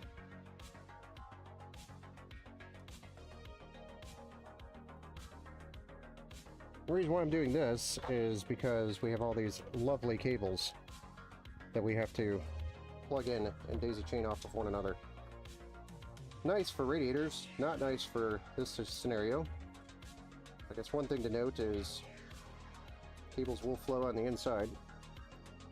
Not the end of the world, but I'm not a fan of it.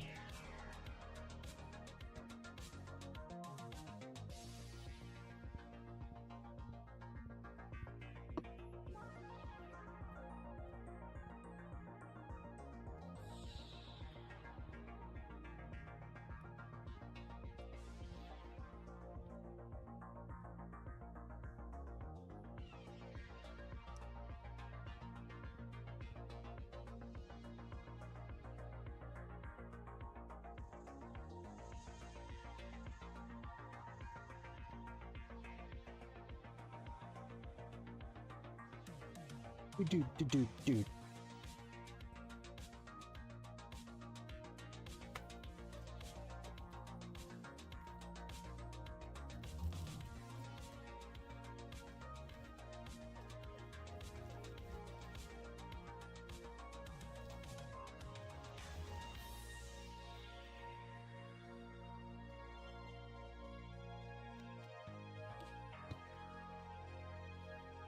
I'm old, so I stick to the old numbers.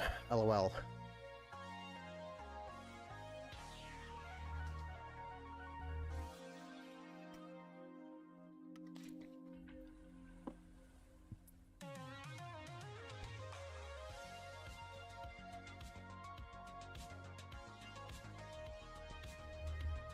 Stop listening to the old tech tubers. They're retards. They're all paid chills. I mean, I'm an old guy, and I build PCs, but I don't get paid to do it outside of being paid by the customer to do it. So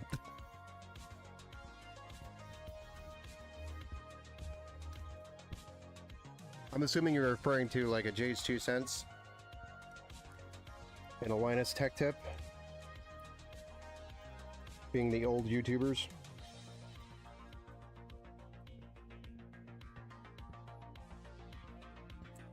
I mean, half the time I have no idea what I'm doing. I'm just figuring it out as I go.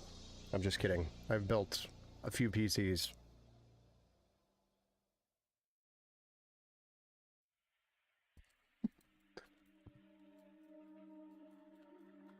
I've got stats. The problem is the economy. Nobody wants to buy PCs, so each year my stats keep going down. That and a lot of my return customers are like a return path of, 3 to 4 years before they come back for another PC. So it's like, it's a terrible business model. When you build good PCs, it sucks. So you're like, yeah, I guess we're not going to see that customer for 5 years. When truly in business, you want your customer to come back as quickly as possible, right? Nah, not here. Hopefully I'm putting these in right. I didn't really pay attention.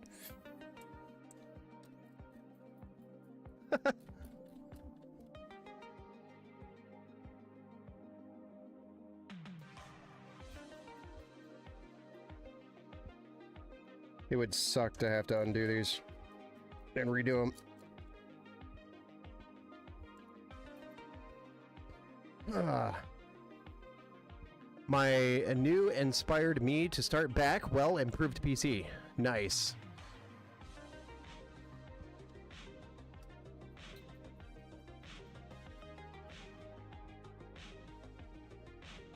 But below that is when it starts getting limited on what you can run and do. What do you mean? We talking about the VRAM still? 8 gigs of VRAM is still good in 2025. Yeah, below that. So the bare minimum on a budget build for me is 6 gigabytes. Still, I'd prefer 8. 3 gigabytes you can't do anything. 3 gigabyte VRAM is pretty much, even with 1080p on some of the newer titles, you can't do anything with it. So even with 4 gigabytes of VRAM is not enough anymore. Like a GTX 1650 or 1050 Ti, those are pretty much useless now when it comes to today's games. You could maybe play Fortnite, but you'll have a lot of skipping and weird lag. I don't know what you call it. But anyway, it's stuttering. A lot of stuttering. Thank you. I was stuttering to get to the word stutter. So with like a 4 gig card, you're going to get a lot of stuttering in games, even in things like Fortnite, which is supposed to be like a pretty light battle royale game. But in reality, 6 gigabytes is about the minimum you can run with that to kind of get rid of that stuttering. So yeah, 6 gigabytes is pretty much the minimum for a budget build, and then preferably 8 gigabytes if you can for 1080p. But, you know, that's today.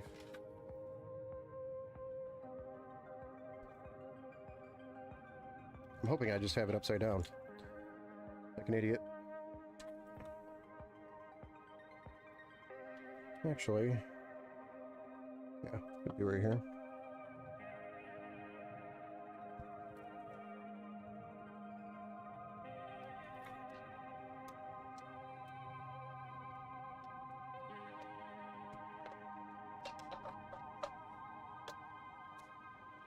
Nice. Hey guys, I didn't mess that up and I wasn't thinking.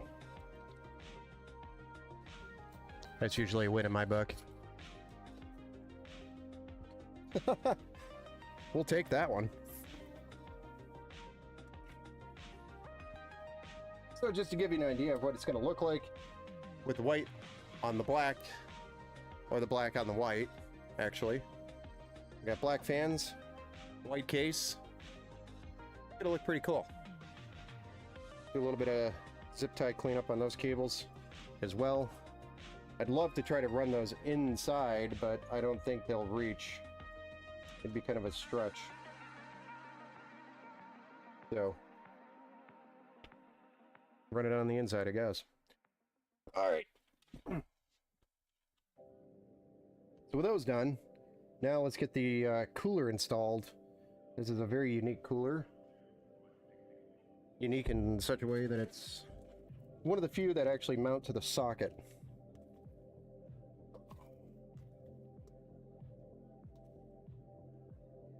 We're going to need, hopefully this has multiple fan headers for the CPU. Or we could decide which one's which. CPU fan, CPU opt. Okay, good. Does it have a pump?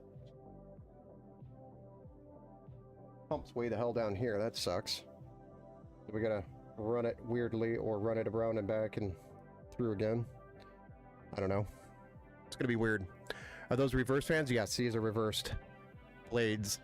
Lethal wick. So this is intake and the side is intake. Bottom and side are both intake. The reversed blades, yes. APU, sorry. Not even AMG GPUs. APU is pretty good, damn good now. Yeah. Even APU. Yeah, some of AMD's APUs are pretty good today. Yep, you could definitely get away with that with a budget build. So let's say you want to start a PC, but you don't have enough for the graphics card. You can always start with an APU, and then get your graphics card later, and then upgrade your CPU later on as well. So it's always a great path to get started on a PC if you are really on a tight budget. Steve Anderson, today I was playing The Last of Us Part 2 at 4K with FSR 313. On balance settings all the way up to the 7900 XT, was at 100% all the time. Nice. What CPU were you running with that 7900 XT?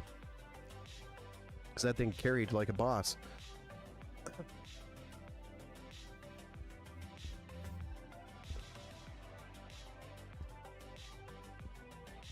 But yeah, I mean, 4 gigs VRAM sucks nowadays.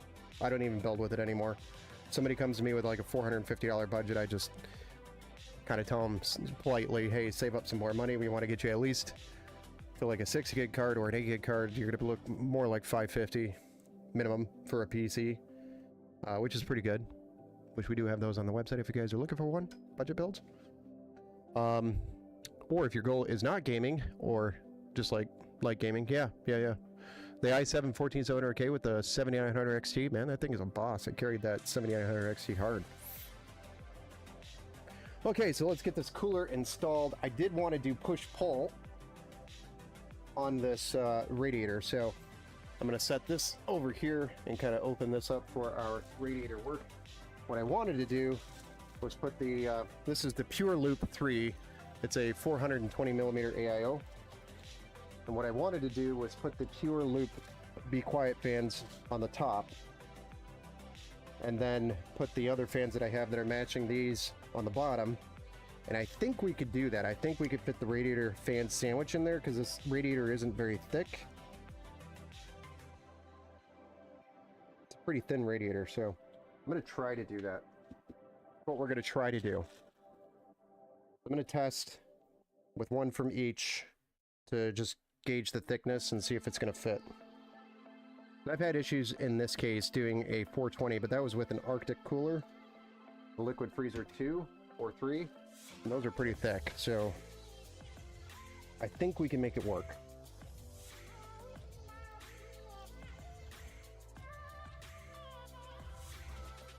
If not, the 3 is going to be enough, but I prefer to do the push pull.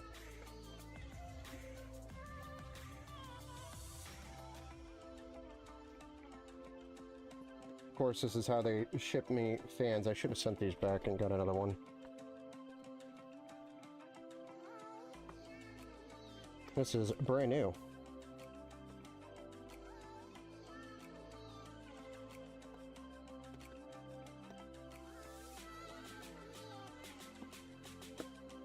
And as long as everything's in here, I'll be okay.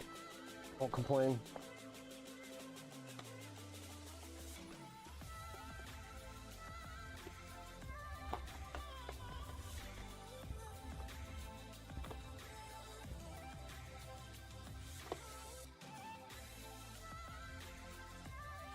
Already missing cables. Okay, there they are. Missing screws for sure, but we're not even going to use those, thankfully.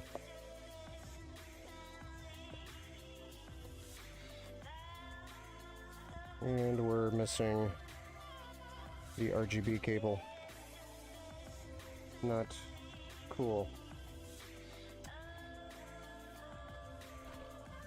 So we're missing an RGB cable. Nice. How does this even happen? We might be able to just jump it off of that one. Maybe. A little far. This is a 3-pin Dinklepoo. I'd have to test it before I did it.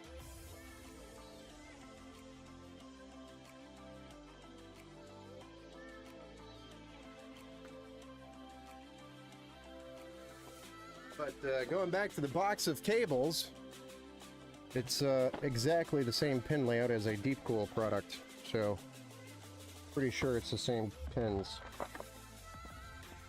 as this guy. Again, this is why you're a PC builder and you have boxes of crap like this. But it's exactly the same. 4-pin or 3-pin? This is 3-pin. Plugs in perfectly too. So the only thing that I'd be worried about is that the pins aren't the right pins. So we'll plug it in and test, and if it doesn't light up, then we know. Now we done F that up. Okay, so let's get these mounted. I was rubbing on a box or something.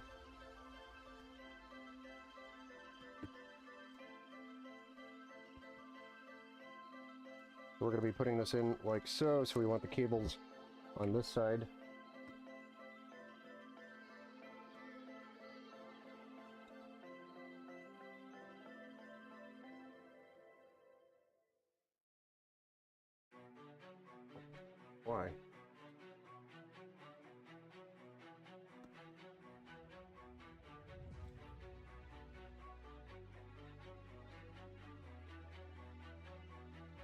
want it actually going the other direction.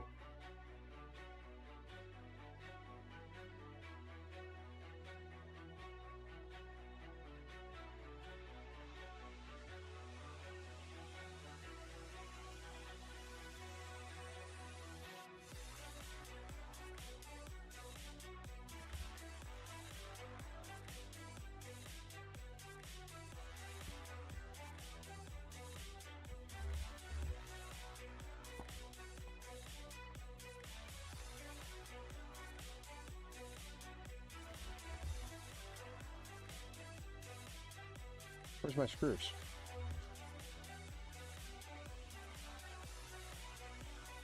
So nice of you to give me my radiator screws with the radiator. Seriously? Ah.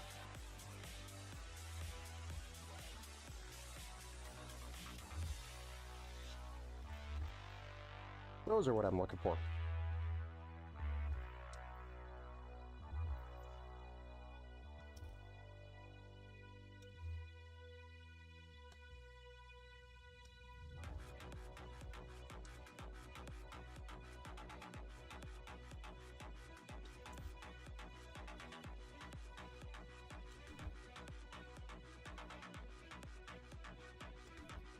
One of the things I do like about these fans is that there's no logos in the center of the blades, or the fan. Very nice. In Threadripper, artists have a colored full loop colors. What? Full loop colors? What? Wizard, you buy the parts and put together, there you go, you're a custom PC builder. Yeah, there you go. You're a custom PC builder now.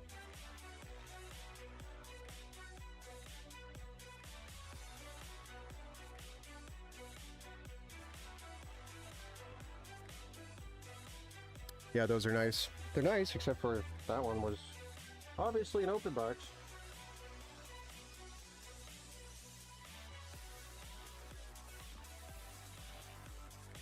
Thankfully, I have boxes and boxes of cables and things.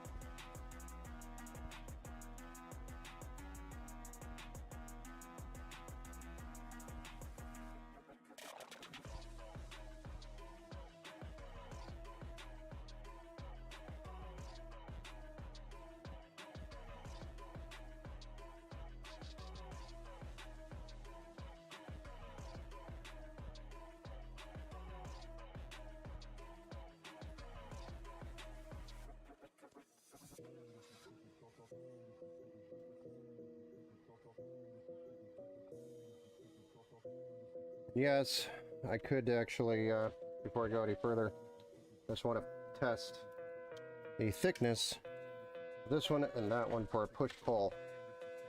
Ooh. Yeah, it's gonna be tight. It ain't gonna work.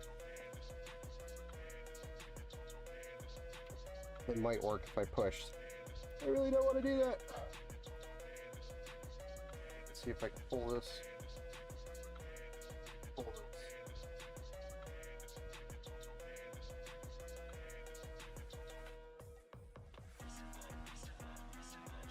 Might just be the EPS cable getting in the way.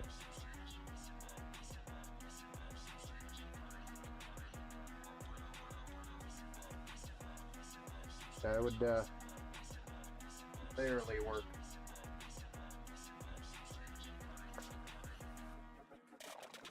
It's tight fit, that's for sure. Not sure I'm a fan of it. I think we're gonna just do the standard 3 here first. Check the temps, and if we have to add more, we'll make sure it happens. But I'm gonna do it with the 2, or the 1 non-push pull.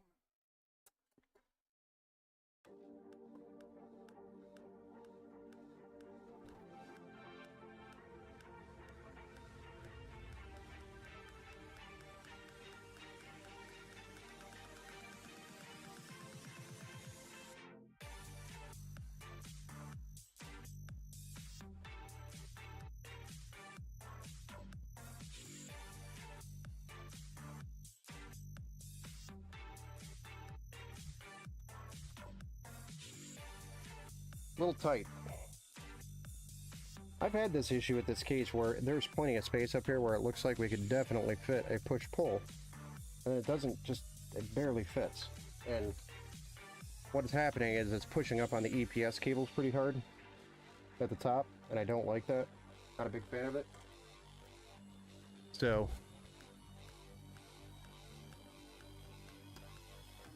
lay it down so you can see.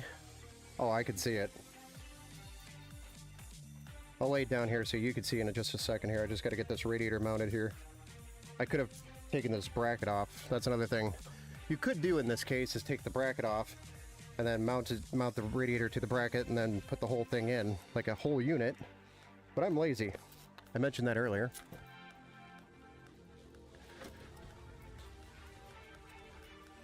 Push-pull doesn't do anything except for more noise. I think it reduces noise because it's less... it's less work for the fans to push the amount of air that's pushing and pulling. I know you can't see. Hold on. I'm not a millionaire. I don't have like 15 cameras like Jay's 2 cents or whatever. And I don't have a camera boy. Hey, come on, camera boy. Come over here. Get a shot of this. Look at what I'm doing so I can make a funny comment.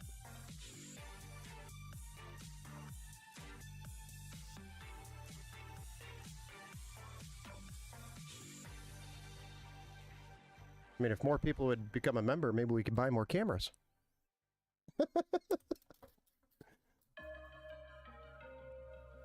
Okay. Radiator mounted. Oh.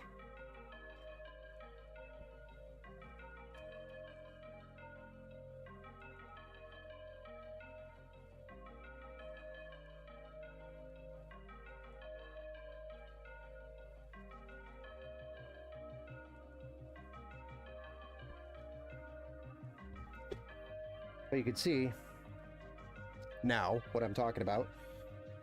So assuming this is the additional width of the fan, we are smashing into that. So that is the problem, is I can't get around that EPS. Now, yes, I could pull the EPS cable like this and go totally around the radiator, which is what I plan on doing.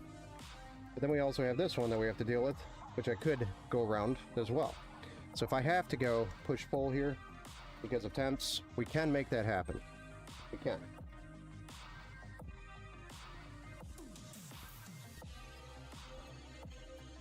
That is us.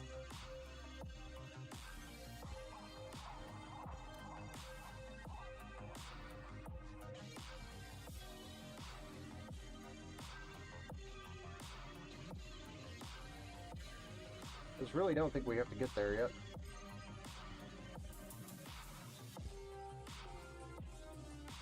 Do.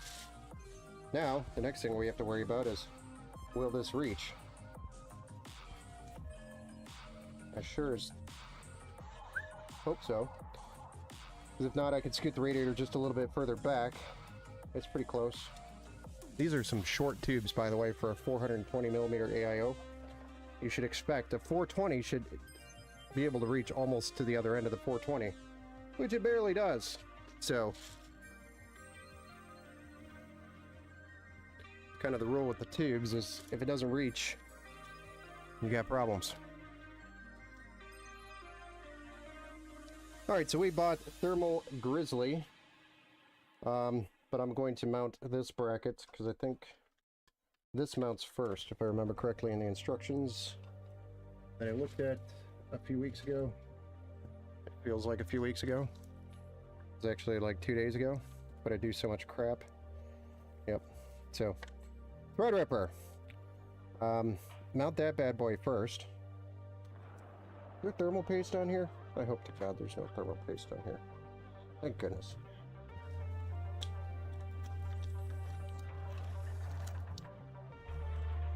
Okay, so we mount the black bracket first. Black bracket goes on first. Does it specify a specified way? No, because it only can go on one way.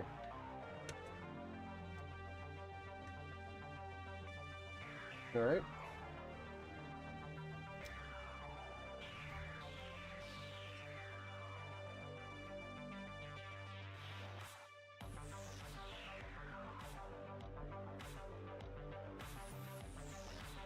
Well, let's see about any type of tension concerns.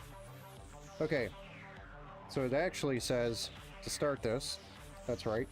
So we started it, but we're not going to tighten it down. We're actually going to mount this and tighten this down all the way first. Before... So... What? Well, this sucks, because now my... Blah, blah, blah, blah. That irritates me. That irritates me so much that the tubes are going to be on the top, but it's not that big of a deal. Okay, so... Thermal paste. You guys keeping up? With my mumbling? Hey! If you said it was gone, but how do I get into a custom PC building? I mean, you just start building PCs and flipping them. Or you could buy some used towers, fix them up, make them a little fancier, and then flip them. That's like an easy way to get started in custom PC building. And then you start creating a name for yourself, and then from there you start making a YouTube channel and doing stupid stuff like I'm doing on YouTube. Yeah, he even read my comment and agreed. Did I? Which comment?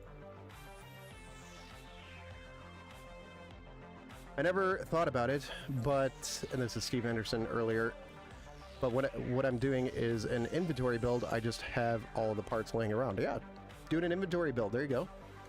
Hey, what's up, Mike? Welcome back to the Build Show, sir. I can give you the WW channel supply and sales data. But the workstation is powered down, but right now for the masses, TR3K is the top seller. TR3K. Was that from Gamers Can Listen Why You Watch the Build Play Turn It Up? What? Look for conversation, conversation with the heart rate at the top of the pointer. I don't even know what we're talking about. Sorry, guys. The conversation must have blown up while I was down doing stupid stuff down here. I need to make money, and I only have a few ways. So, John, I will be open and honest about PC building. It has been... I've been doing this since 2008. Building PCs for people, and it slowly grew. Now, I didn't really push on it until 2021. That's when I actually got serious about it. Because other than that, it was like maybe, you know, 15 or 20 builds throughout the year for friends of friends or family and things like that. But after that, it kind of started growing. And then somebody kind of finally said, hey, why don't you just make a website? And, you know, and then later I was like, nah, maybe I could just start doing stuff on YouTube. And then next thing you know, I got a little bit more serious about it in 2021. So 2021, I got serious about it, and I'll be honest with you, it is not a money maker. If anything, it is a headache maker. Not a money maker, this is a headache maker. And what I mean by that is You have to be extremely passionate about doing this. That is what I'm saying. If you are not passionate about building PCs and solving problems, then don't get into it. It is not a moneymaker. The only way it's a big moneymaker is if you're flipping, and there's a lot of dishonesty happening when you're flipping PCs like that, because you're going to run into situations where something isn't right, but you still need to flip it to make that profit. And then that creates a lot of dishonesty, and I'm not a big fan of that. So my rule is build it right or don't build it. So I'm building it right or I don't build it at all. So if it's not going to be built right, I'm just not going to do it. And it's a very expensive process for me to do it this way. Same thing with my repairs, or for any of my customers that have warranties and there's an issue and we have to get into repairing under a warranty. I just dropped $1,000. I just tied up $1,000 in parts on a computer over in Texas that had a power supply fail on it, which was a Seasonic Vertex 1200 watt or 1300 watt Vertex, 80 plus. I think it was a platinum, and that's like a $400 power supply. So that went, and then the motherboard went with it. So that was another $500 motherboard, which was the Asus X670, which I upgraded him to the X870 for, I don't know why I did that, but I did it. And when I replaced the motherboard, I bumped him up to the X870, and I had him take it to a local repair shop, and I shipped him the parts, and they just repaired it down there versus having to send it all the way back up here to Michigan, which would be, 2 weeks of shipping. So it was a lot faster for me to just send the parts down there and have them take it to a local shop that I vetted and verified is going to be professional about doing the build, and then just pay the guy down there the labor to fix it versus bringing it back up here. So it was a lot quicker for him to get his PC back, and it was a lot cheaper for me actually in shipping. And all in all, it just makes everybody happy, and it reduces the amount of labor that I have to do to fix something. But yeah, so just as an example, my warranty for that PC, I just tied up $1,000 in that PC that I'm not going to get back for a while until the parts come back, and then I return them back to the manufacturer, and then the manufacturer sends me replacement parts, and then those replacement parts eventually get put into another build, or I just sell them outright, and I'll probably take a loss on it. So either way, those are things you got to think of when you do PC builds. And trust me, my luck is crap. So I always get screwed. Something always goes wrong, and it's not because of me building. It's just power supply blows up. A Seasonic Vertex that has like a 12-year warranty that is a premium power supply blows up. It's like, seriously? And it takes the motherboard with it. It's that kind of luck.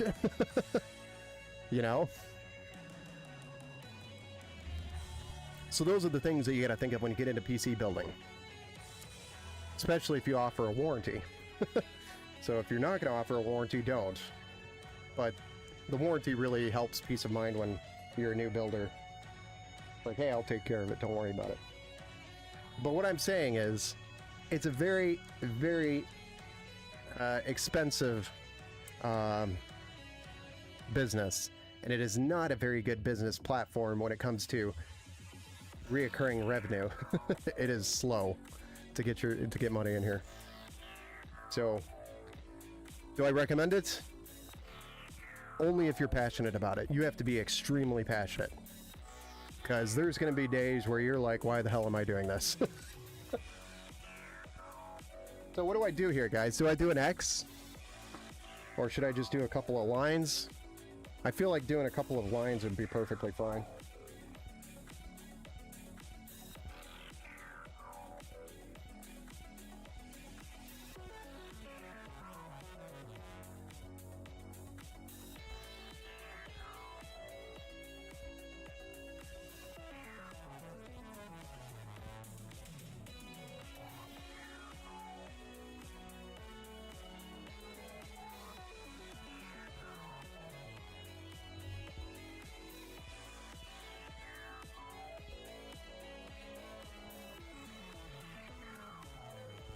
I think that's enough.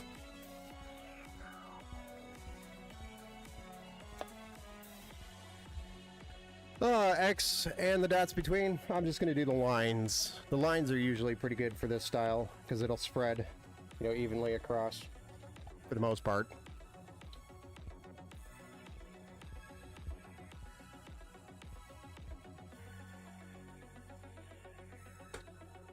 All right, see guys, we already peeled the peel. We're good. This is Thermal Grizzly Cryonaut Extreme. It's probably overkill, but it'll last a while in here, so that's what I'm going for, is the longevity. There's my screwdriver.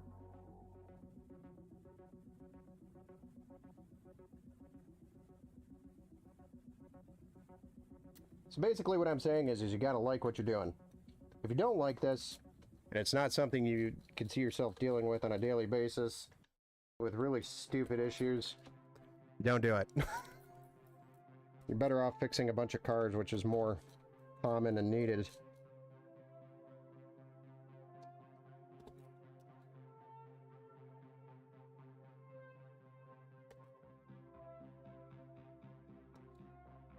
Okay, so Be Quiet recommended me to tighten those two down first, and then the four corners, we start tightening those down. So I'm going to do a couple turns from across from each other.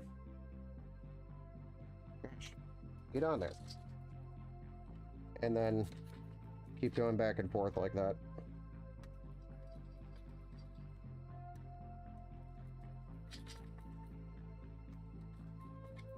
And yes, I did look for a white cooler, and I was going to do a white cooler with black fans, but didn't come in white, or at least wasn't available. No VAR customer integration and counseling work group and server design, build and test before swap is where the big money is. AMD, Intel, and yeah. So doing builds actually like these, this is the type of build that actually makes you money, to be honest. Because there's bigger components means bigger margin means more money in your pocket. And if you did, you know, let's say 4 or 5 of these a week, it would come out to a pretty nice salary. But these are really hard to sell. They're really hard to find the buyers and people that are buying them. It's becoming more popular with AI becoming more of a thing. You know, I'm seeing more requests on these types of builds, but this is where the money is at. This and getting into servers. For example, I've got a local customer that's going to have me come out and do possibly a server install, which is, you know, going from a work group to a domain type setup at a local business. And you know, that's going to help kind of pay some bills basically, because PC building isn't all there for the money. It's all about the passion. Anyways, that can help me build a YouTube channel. Sure. I still do credits, card, spread, and rice dot in the middle. Nice. I mean, I could see that it spread pretty nicely just on the edges of how it's kind of spread out. So I feel like it's a good spread.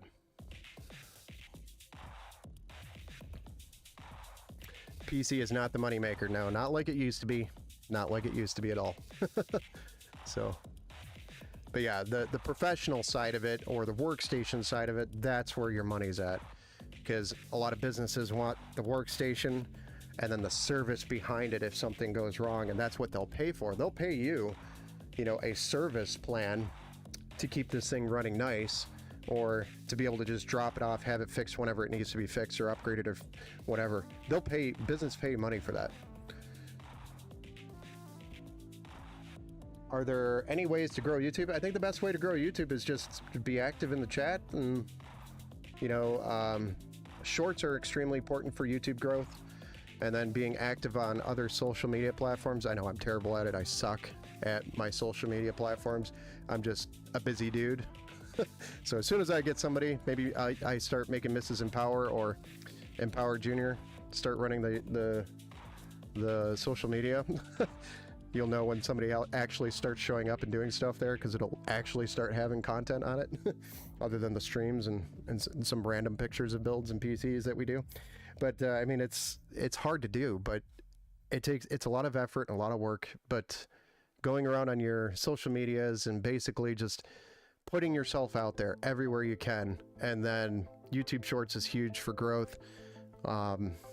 And just being active on your live streams, and consistency. Consistency is another important thing.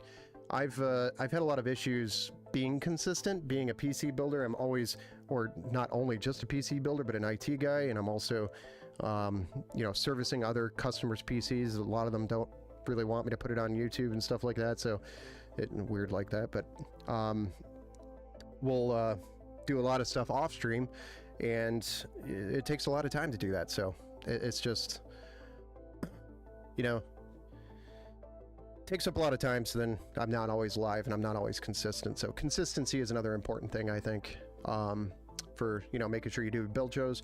That's why I do them at night. That's my guaranteed time. I'm not going to be working. I'm not going to be stuck on a phone call at work or with a customer or something. I am dedicated to the stream at that point. You're a trucker? Nice. Yeah, trucker's a pretty tough job. I'd probably fall asleep in a truck. Not saying it's boring, it's just I've got a bad habit of falling asleep driving late.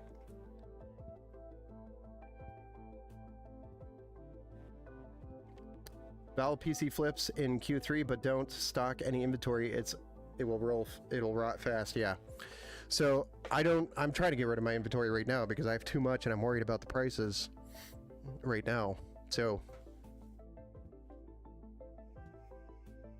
somebody kick this kite dude over on Kick.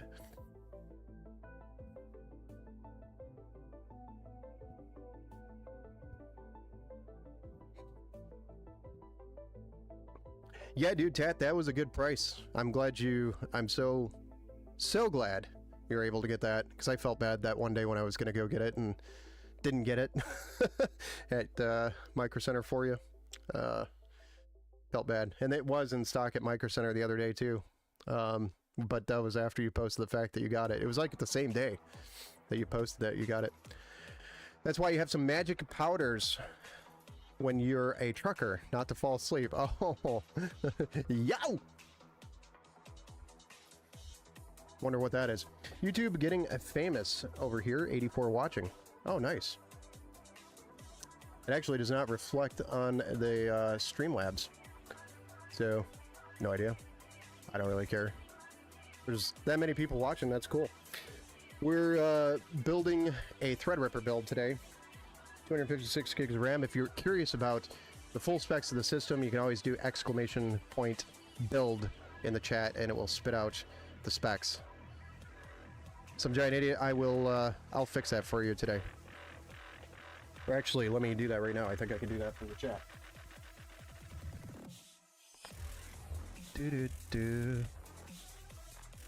How do I do that?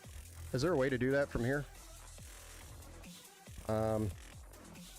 Hash xcomplete mod.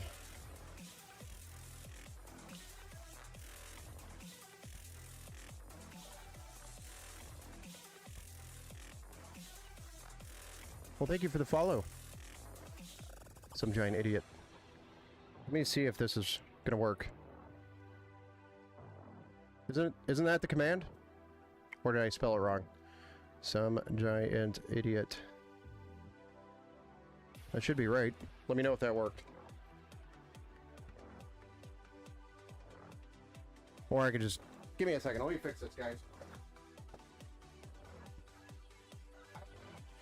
Fix it over here.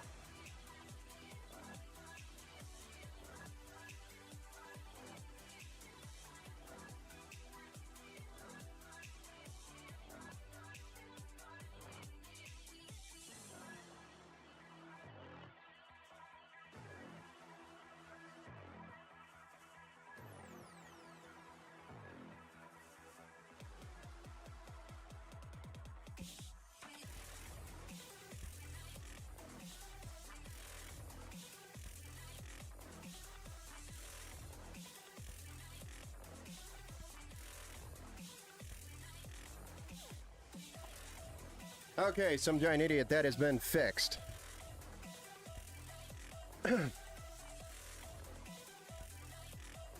Okay, so next, now that we got the cooler installed, awesome.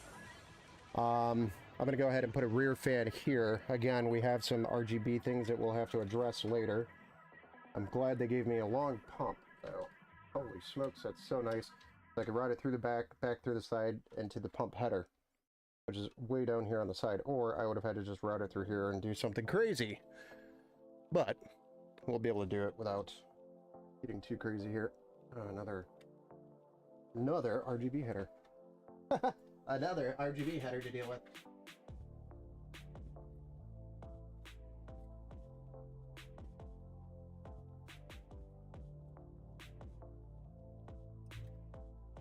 We're just gonna have to remember. We have all those plugged in.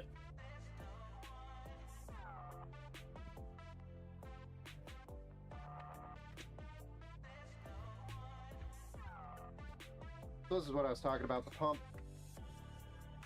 We pull down here. I think it's all the way down here.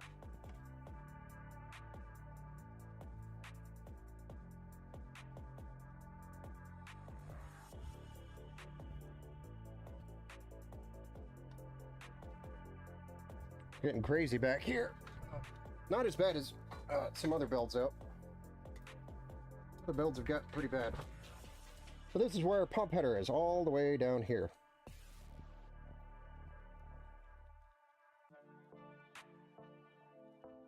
And that cable's twisted.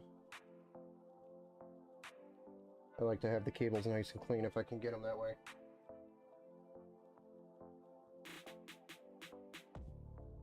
Need another set of zip ties here.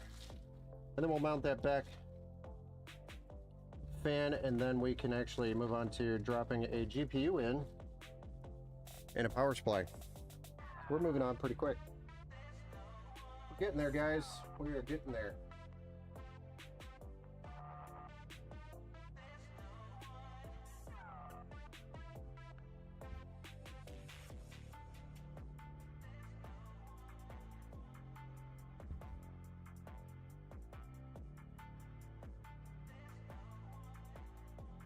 That just broke. Nice. Nice. Yeah, he's your friend. Yep, getting closer. Yeah.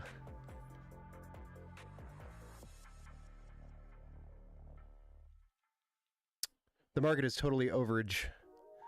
Blackwell and 3D cost. Price margin is off. Setting all of the discount case gear, memory boards are 7K. 14th laptops all overstocked. They're overstocked. Good. So that means it's going to come down in price.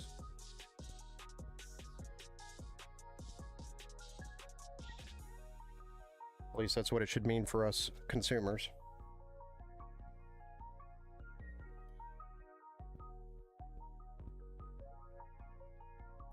All right, there we go. The workbench is a mess. Ignore that. Big build. Happens on big builds. But we're getting there. So I think next we're going to put the rear fan, which unfortunately they didn't have this exact fan that I wanted for as a 120 in this rear spot here on the case. Only accepts a 120. It doesn't accept a 140. So I could have got a 140, but it didn't fit. So I got Montech, which is very close to the same design. So that was the idea, was I wanted the same RGB design on it.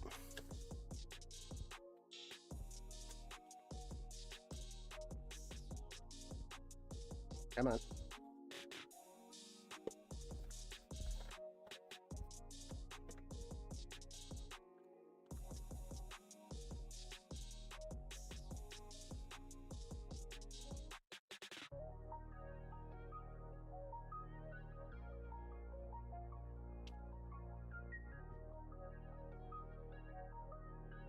Some call it basically a server board. Yeah, this is a high-end board. So yeah, you could consider it a high-end workstation. I don't know. Definitely a high-end workstation. It's got 256 gigs of RAM and 24 terabytes of storage. Definitely not your regular desktop. Okay. Come on.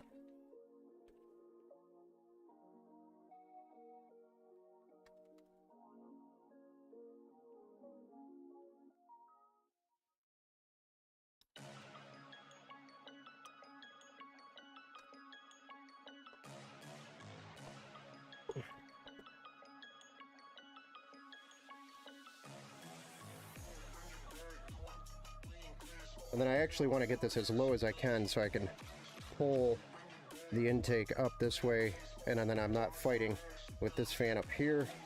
And also, if we do decide to go push-pull and this drops down, it's cleared.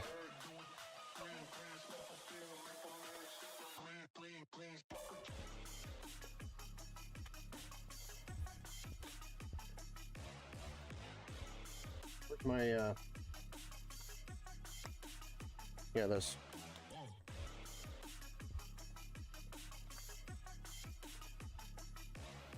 Oh, that actually might be really helpful.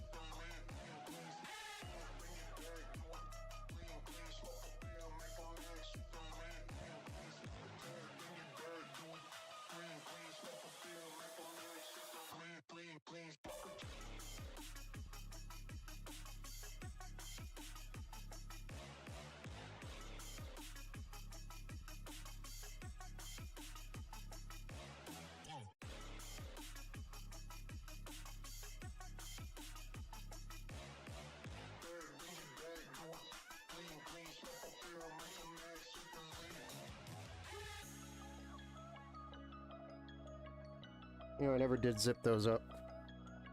One thing that I said I was going to do. Getting ties.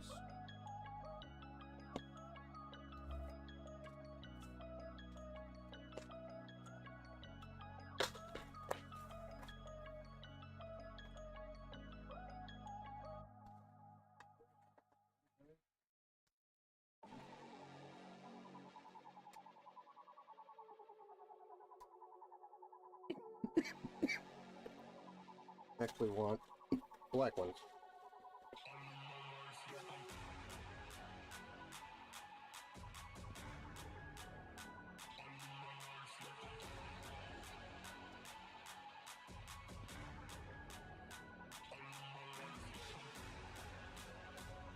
So one thing I didn't do, which I'd meant to, which was to zip tie. Oh man, this thing's getting heavy, and we don't even have a power supply or a GPU in it. Zip tie these down here on the side, clean these up a little bit. It's going to take 4 ties.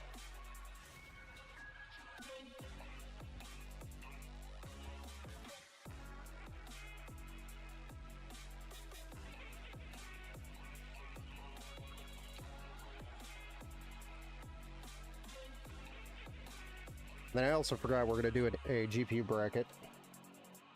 Those 2 screws have to come out on the motherboard.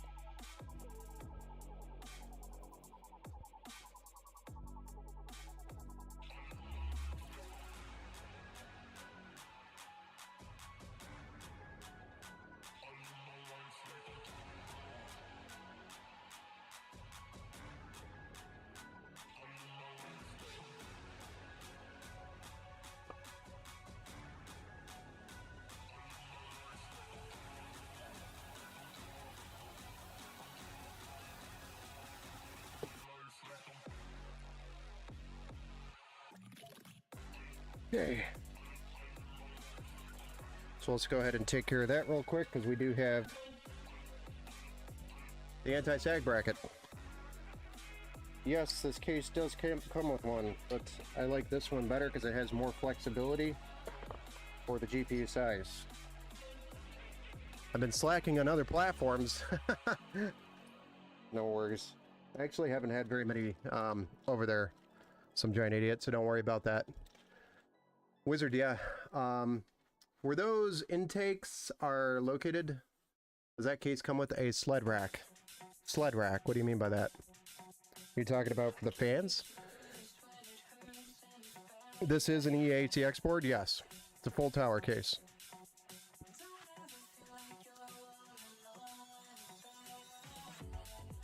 I'll have to upgrade when the new Threadripper comes out. No, I don't think they're going to do that very quickly.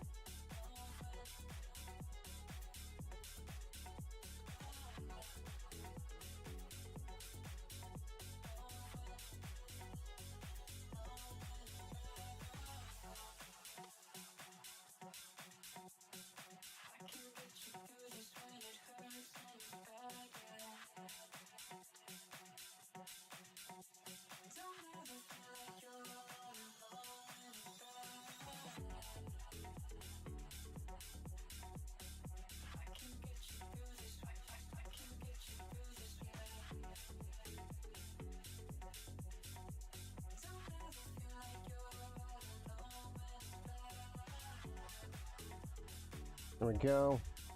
Now we could actually drop a GPU in here.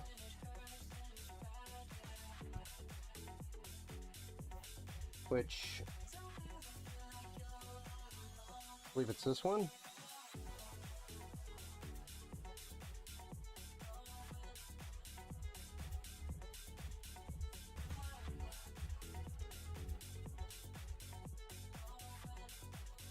I can't remember if it's a 3-card slot or a 2-card slot for the router.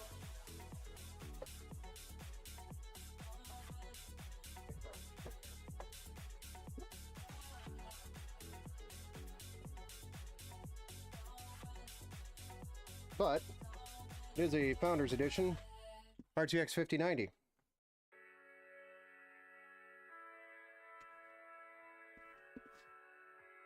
I have no idea how to take this box apart. I've never done a 5090 before. Founders.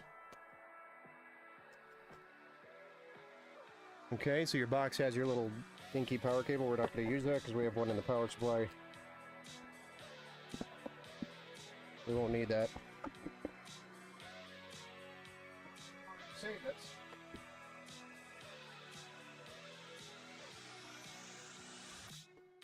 Stop tripping over that stupid box. I feel like that pulls out, and then this lifts up. It is a 2-slot card.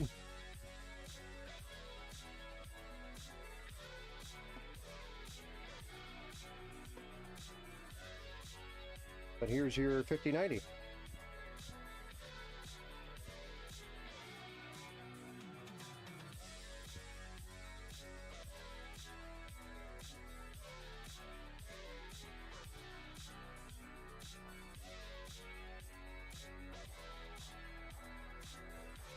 Why do I feel like something's not right?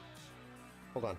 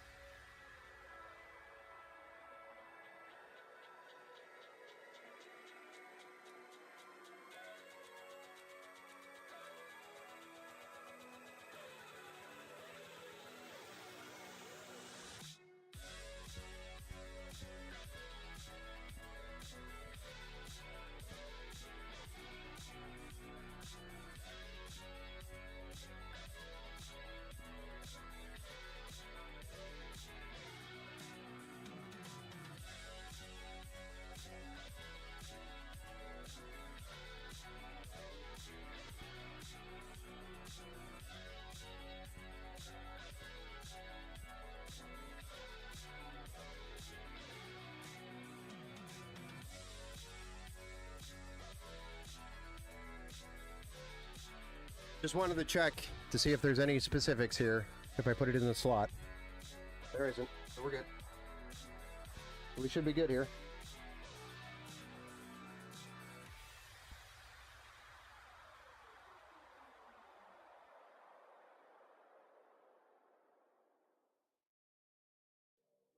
I feel like that clip is not flipped.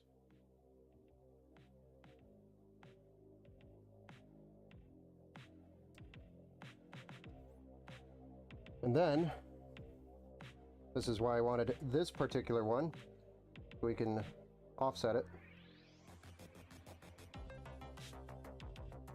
So I can offset the mounting on it. And I'll show you what I mean by zooming in here and letting you guys see up close.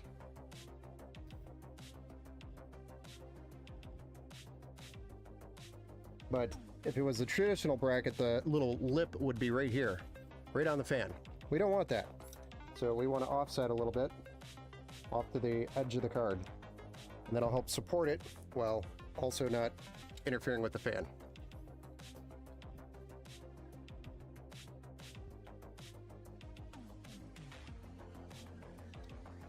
Oh.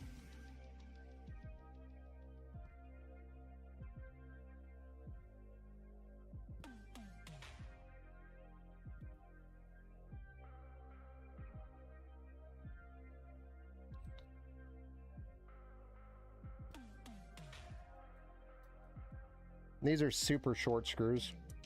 They don't really go much further than the bracket. It's not digging in, but that'll help maintain support for the edge of the card here so it doesn't sag. But it's very discreet, simple way of supporting your graphics card without having this massive bracket here. Frees up space, so if he wants to put another card in here, he could. This bracket would have to come out. We'd have to put a spacer in between. We absolutely wanted another card in that slot, but I would say if we do another card, it's going to be in this slot. But you can see it. You can see the vision there.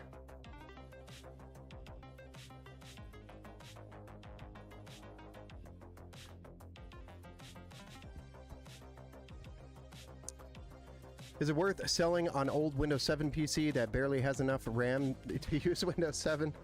I mean, for 20 bucks maybe, you know? Windows 7 is gone, unfortunately. Especially if you can't really do much. If you can't even play a YouTube video, it's really not worth anything today. That's kind of my... I mean, if you could sell a PC for just a workstation for somebody to be able to open up a Word file or open up Excel and use it for YouTube and basic computer functionality, then it's still usable. But if you can't do that, then it's not worth it. Just recycle it at that point or flip it for parts. There's some old components that are actually worth money, so you can tear apart some old PCs, find some gold, meaning actual parts that are worth money on old PCs. For example, an old Alienware that I have back here from 2003. That is actually worth money. The case is worth money. It's a relic. It's considered an antique. And there's still people out there looking for the components for specific weird, like, old school builds. I don't know. But you might be able to do that. So looking those parts or components up on eBay, you could do that. But if it's like an Acer or an HP or something, you're probably not going to have anything special.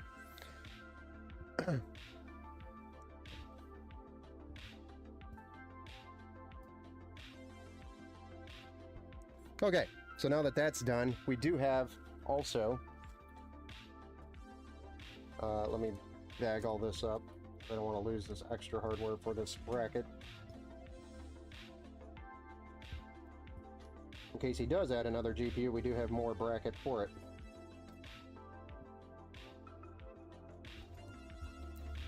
Which will be included with his hardware kit.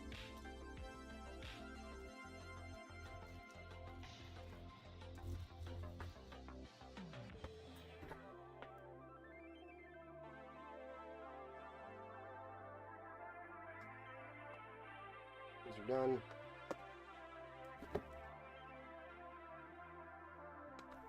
Oh yeah, that was another thing. These Be Quiets come with extra liquid that you can use to refill this AIO. So you can use this to refill it. Kind of expands the life of these AIOs, which I think is a cool feature on them. Okay. Oh. With all that being done, let's go ahead and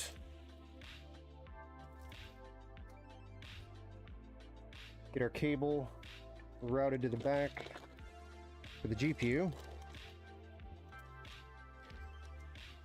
And then we will get a power supply out, mount that bad boy, and then do some cable management. Or actually, we might do a little bit of cable management before and after that.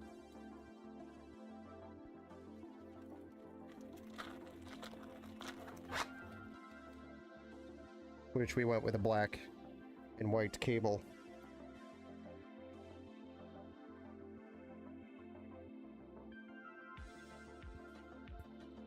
This is one of those over-the-top builds, you know?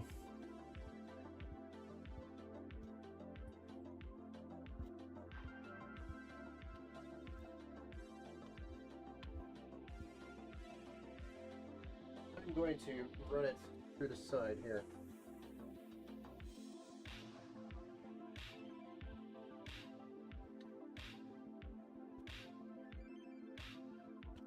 Run it the right direction, though.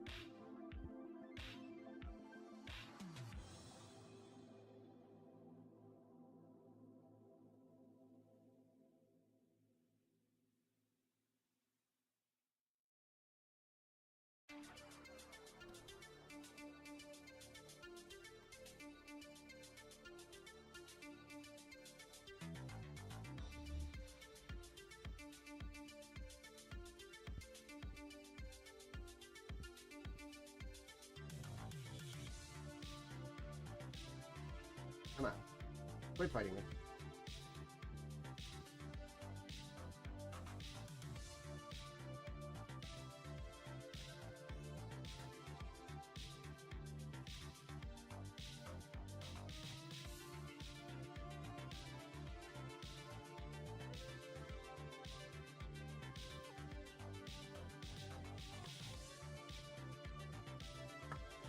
There you have it.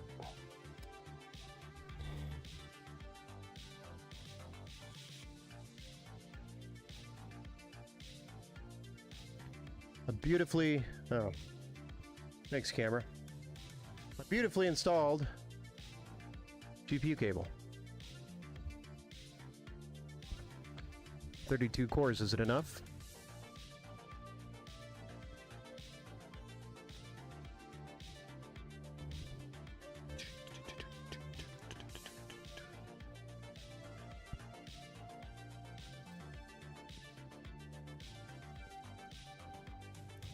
It's stuck on the welcome grub screen. Is that Windows 7 machine you're talking about, John? Contact coder competitive advantage and hyperscale advantage, which is why Instinct sells versus NVIDIA. There are no AMD tools to keep the core top secret. Damn, John, Compact was huge back in the day. It was back in the day. Was back in the day. Yeah, it could be as simple as changing the battery. I agree with that.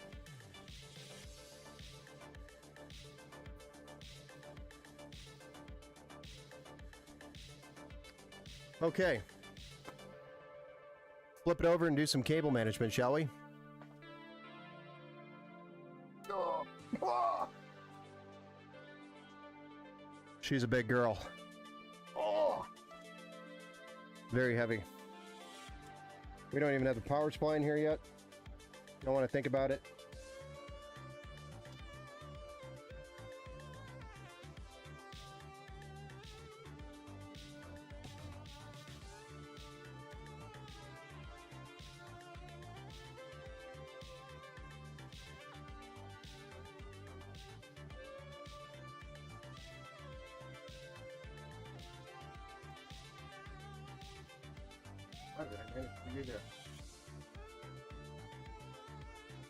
Again, I've got a splitter coming for this.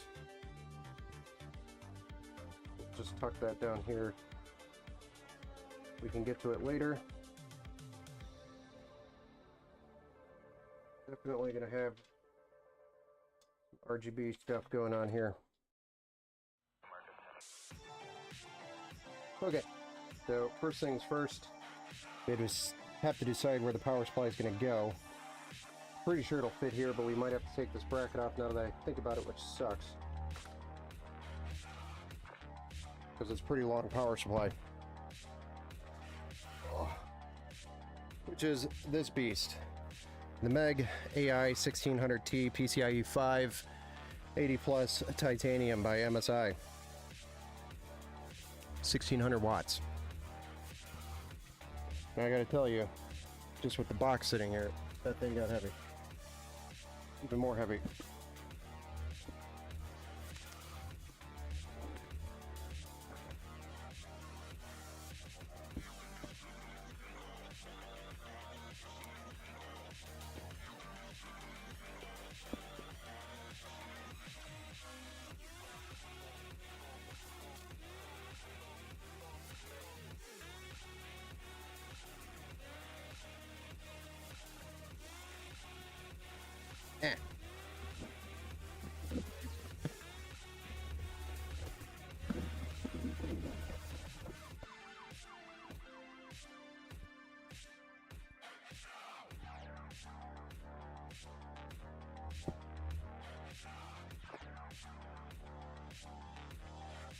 Ooh, fancy.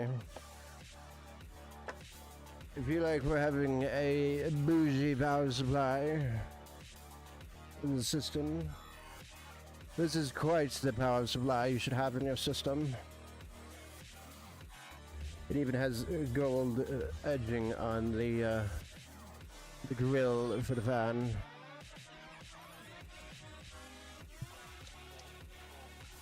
Very bougie indeed. Oh, it's fitting in that case.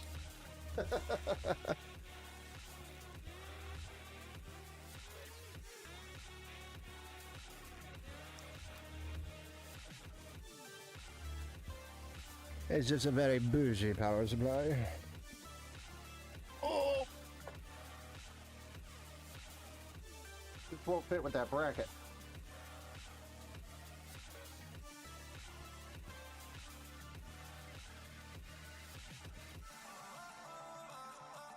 It fits.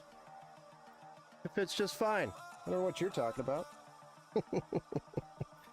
I doubted it too. Don't worry. I was like, man, this thing's a beast of a power supply. I mean, usually when you open one of these bags, there's Crown Royal in here.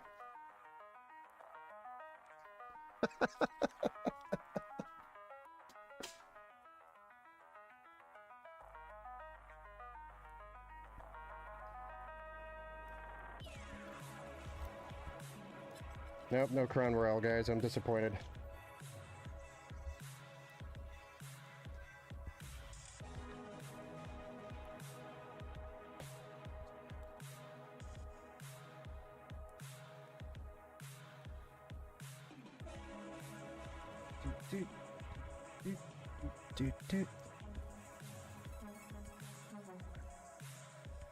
Now getting this sucker in here is...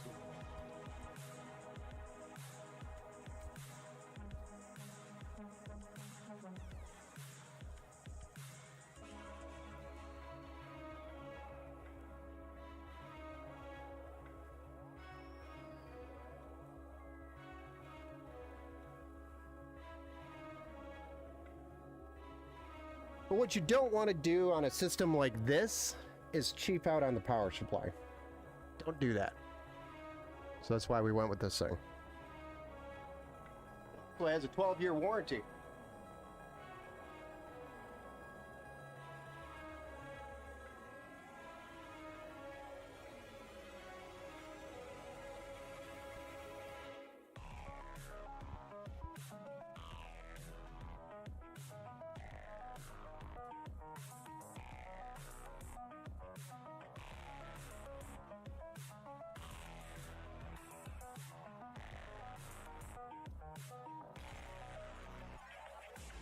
I'm actually going to have to use the power cord to plug it in because I don't have the fancy one that it's going to require. Okay, so we need one of those. Oh, one of these. And that is all we're going to need for that. Don't need that. We're going to need a few of these. Nope.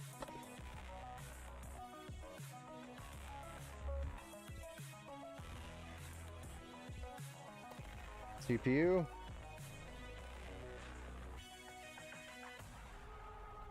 Don't need that one. We are going to use that. Don't need that because we have a direct cable.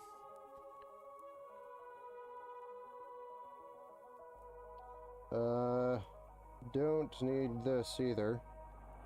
It's another GPU. Don't need Molex. Need that. Don't need that. Don't need that. And don't need this. Don't need that. Okay. So, we're going to start with 24 pin, which is on the bottom, and work our way up. Mid mount is weird. Yeah, it's just this XL case. In the Evo, it puts it on the bottom. So it's an XL thing. What I'm going to do is actually bring this bracket back into play. We're going to put it up here. Right here. Super cool that you could do that with the brackets, though. Let me tell you. And we're actually going to put it in the right spot. Could have actually fit it right here, but those cables are there. So, anyway, that works.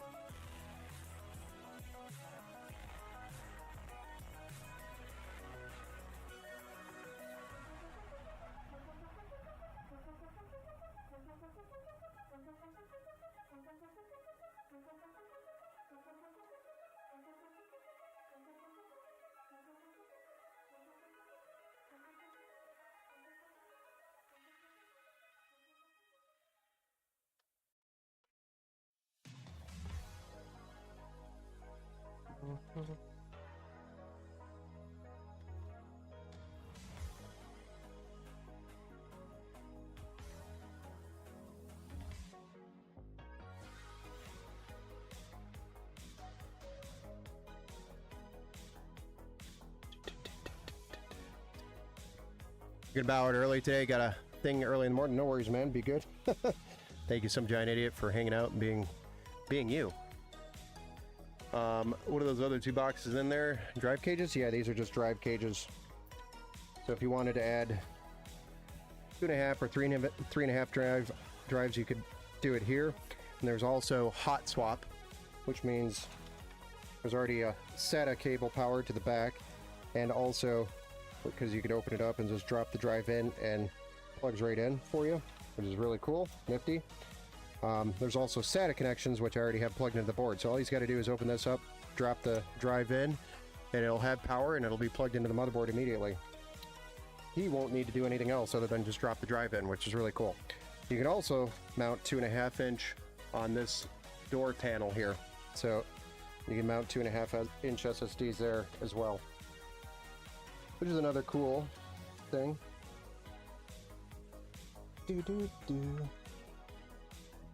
Just trying to get these cables where I want them before I zip them up.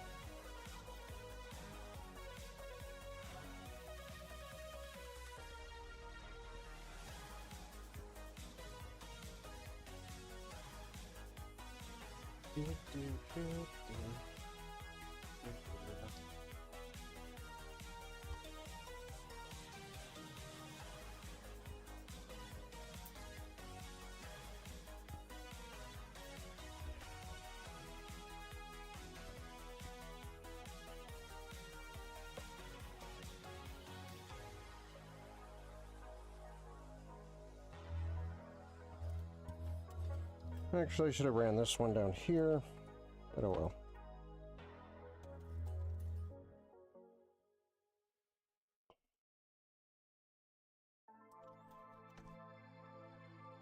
Not the big deal.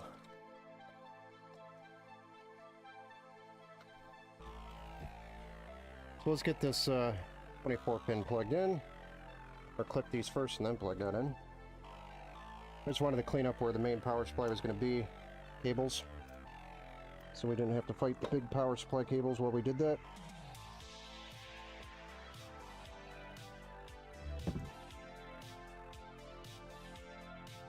Big old tough power supply cables.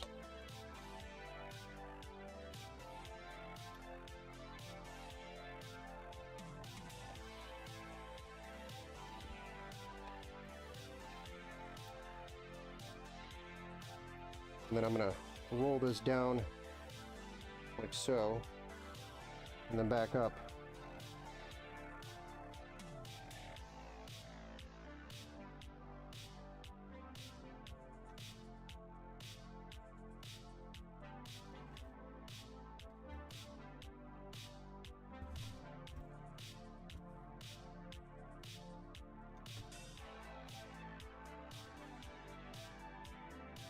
And the next one is this guy. This one's super important, but I think we're going to do EPS and PCIe. This is EPS.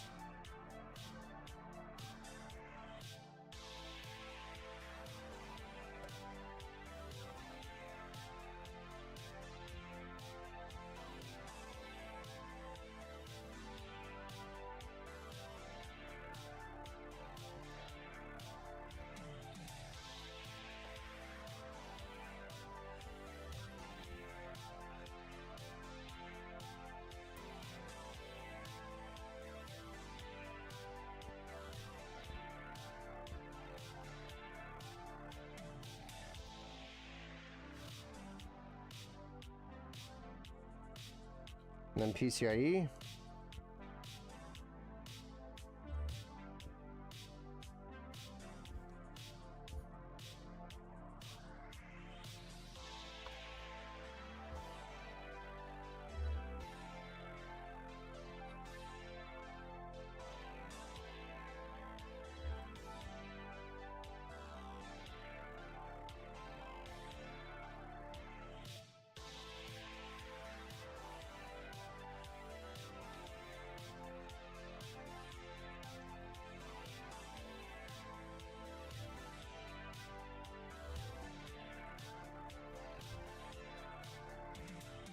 This is our primary bundle, so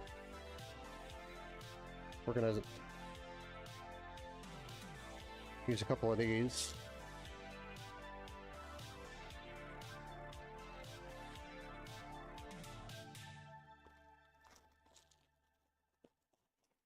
If I'm smart enough to open it.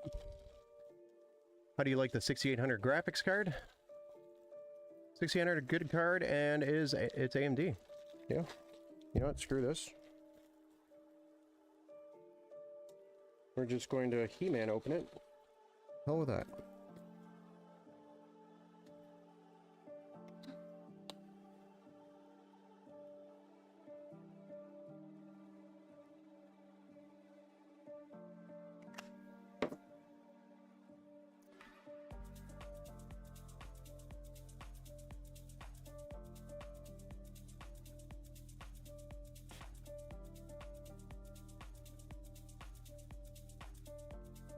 It's a good song for the power supply, by the way.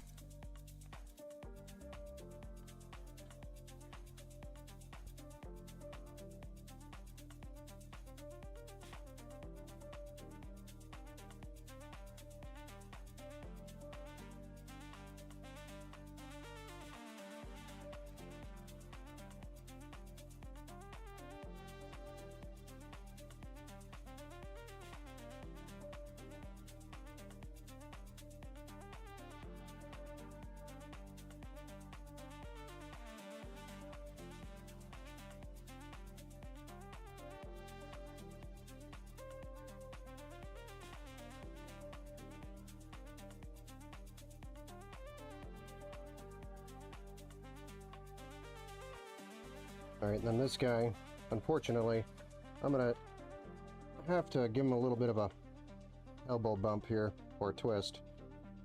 A little circle. Don't typically like doing this to this cable, but because of the length, kind of forced to.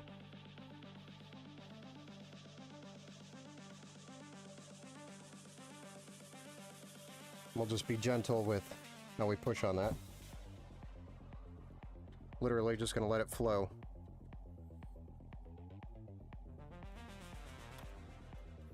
And the rest of these cables are just going to be SATA, and then there's a USB-C cable that goes to the USB 2.0 header that we need to run to the motherboard. This will connect to the MSI software for the power supply.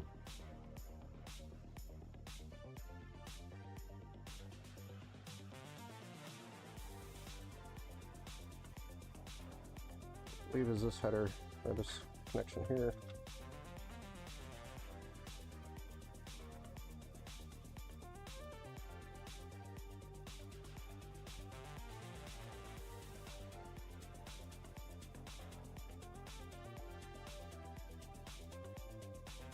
All right.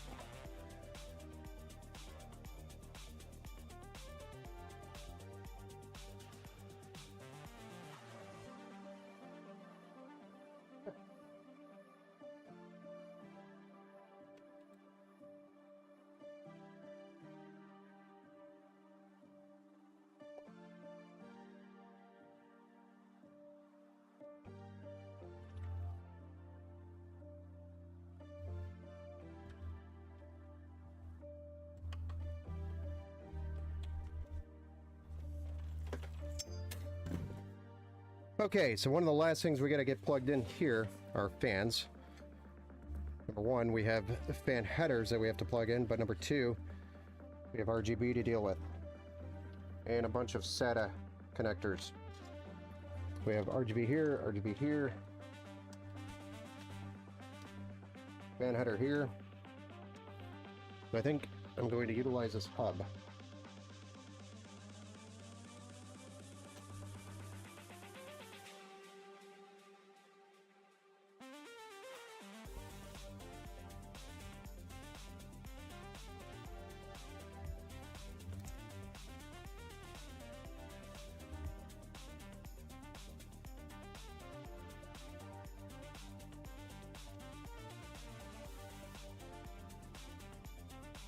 I don't know, I haven't decided where I want to put it yet, but whatever.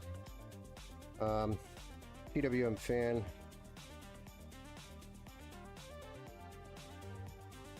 Just gonna go here for now to control the RGB temporarily until we figure out a controller. This, underneath all this crap, go into here.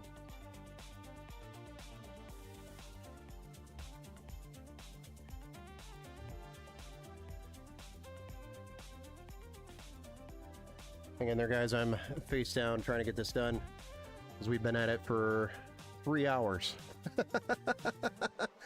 I never cable manage until PC fires up. I know, but I'm that confident. I'm pretty sure it's gonna work, dude. I'm so confident I'm just gonna cable manage.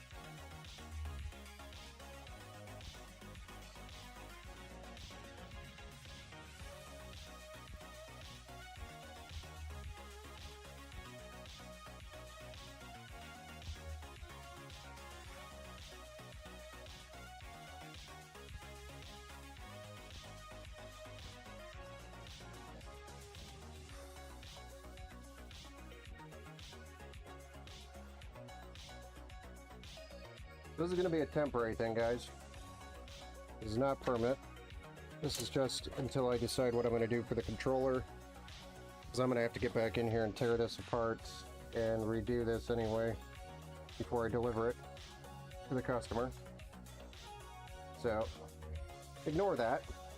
That is not typical of me. Okay, good. Then we're just going to listen.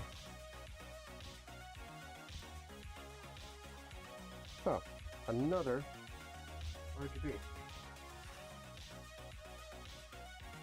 There's a lot of RGB here. So ignore that. That's not going to stay like that. I gotta figure out, because this motherboard doesn't have RGB headers, what I'm going to do, because it doesn't have RGB headers.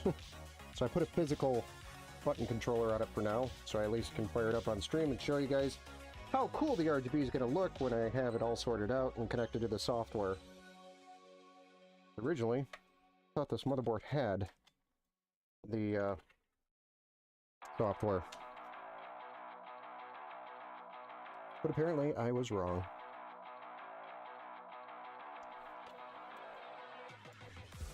Because I think I've seen previous Threadripper boards with them, so I don't know why I thought that. But let's just pretend this doesn't exist, okay? Good. Moving on. Don't look at that. Okay, that doesn't exist. You didn't see anything. See how clean it looks? Alright, so, well, everything looks good except for the NVIDIA GPU. What do you mean? Wizard? You almost there, you can do it. I know, I'm almost there. I can do it. I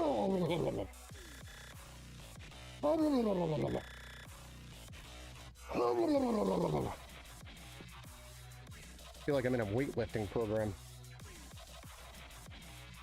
Okay. I definitely see that that needs to be tied up. And there's our USB.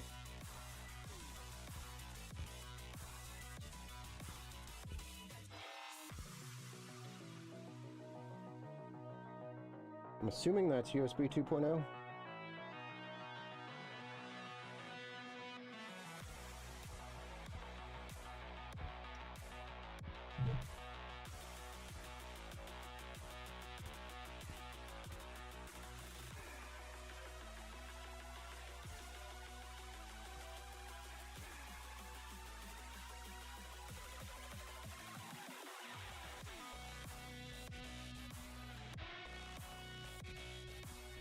Oh, come on. You gotta be kidding me. That's driving me nuts.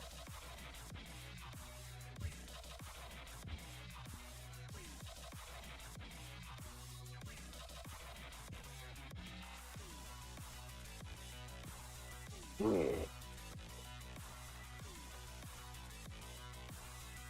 because some Jack Munch did that? Wonder which Jack Munch did that. Oh, it was me.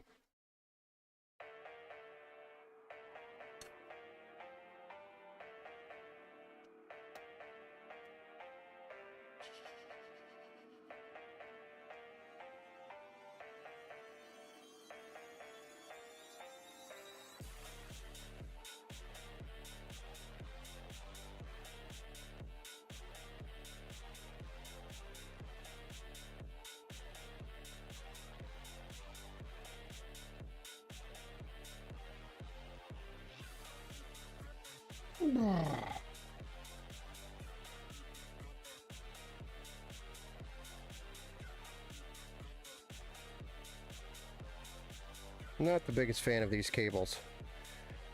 Stupid cables. Okay. Alright, let's clean this up. The workbench, that is. And then we'll get this thing fired up. You guys ready?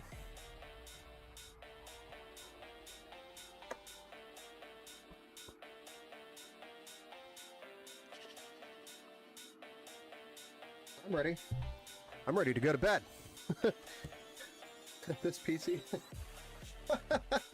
Oh no, I'm not going to say that. I'm trying.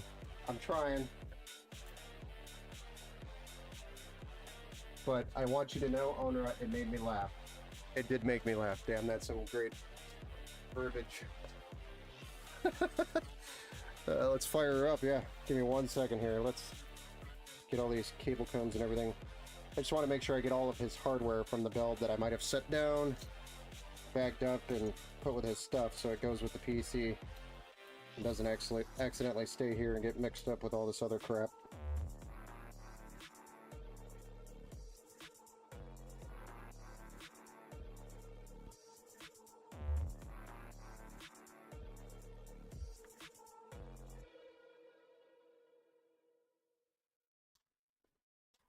Basically, all this crap just goes to the trash.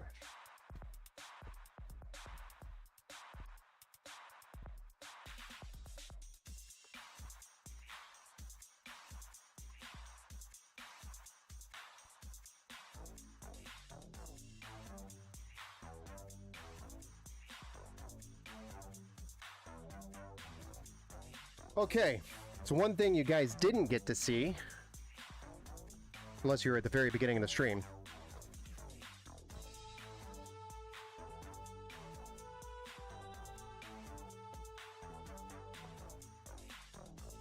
is the glass panels that are etched.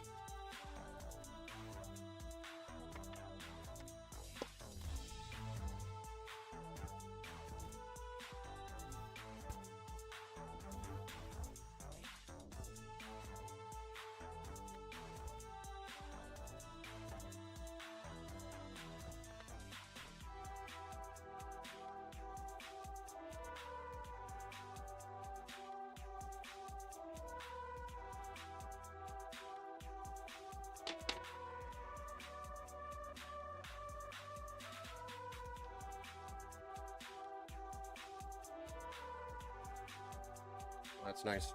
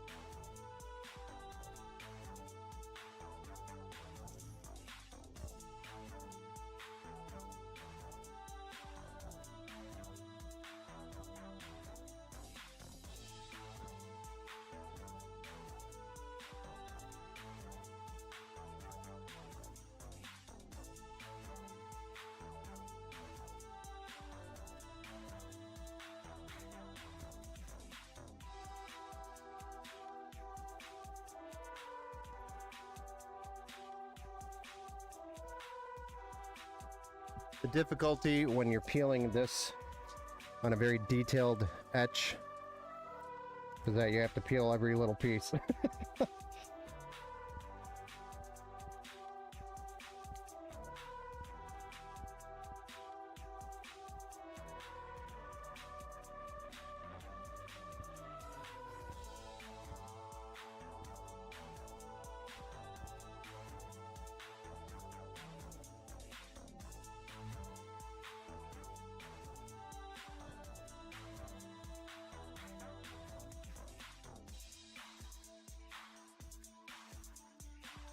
This is like a key piece. Wish I would have done this before stream. I actually forgot to do this. I meant to do it before the stream. I wasn't sitting here peeling all this, but it's a key piece to like the customization of this particular build is the glass etching. The black and the white. Kind of goes good.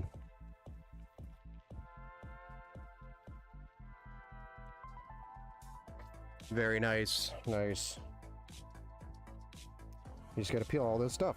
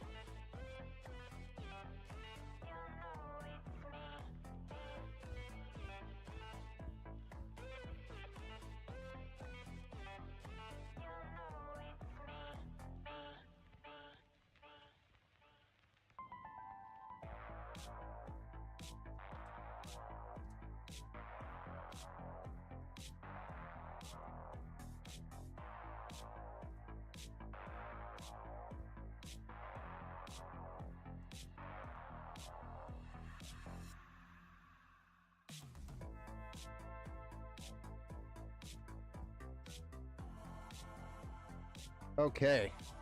Finally. One panel done.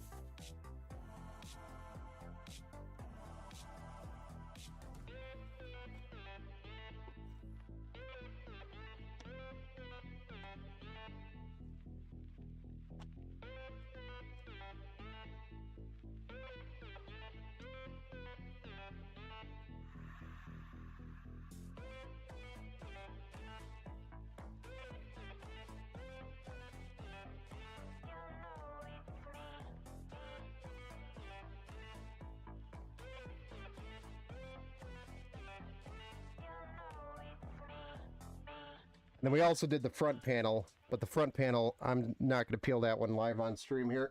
I'm just going to get this thing fired up so you guys can check it out.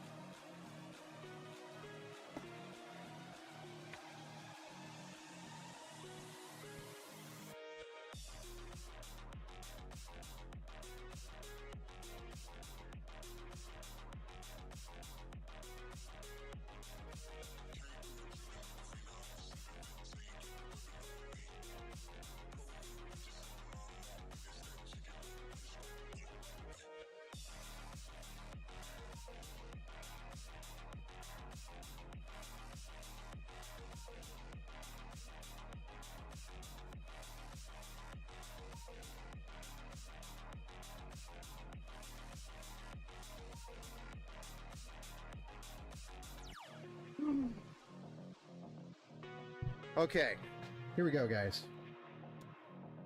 You know, it feels like one of those fake videos, like, when is it ever going to happen?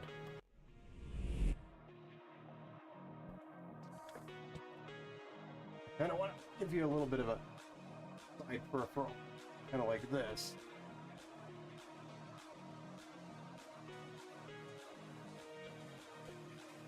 All right. Position the camera just a little bit.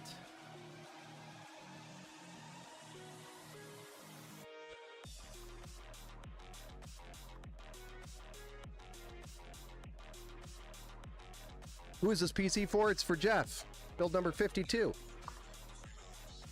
I don't know if Jeff's here in the chat. He said he was going to be watching on YouTube, but I don't know if he's here in the chat to tell us to push that power button. Jeff, if you are here and you want to tell me to push that power button, you got about 30 seconds to do so in the chat. And then I'm just going to do it anyways. What an odd angle on the GPU connector. I mean, it's a Founders Edition card, dude. Think workstation, I can have 6 of those, and then all the power cords are all just going to the back. Sounds like a French word. Oh, Jeff, there you are. Press it. Here we go. 3, 2, 1. This one's for you, Jeff.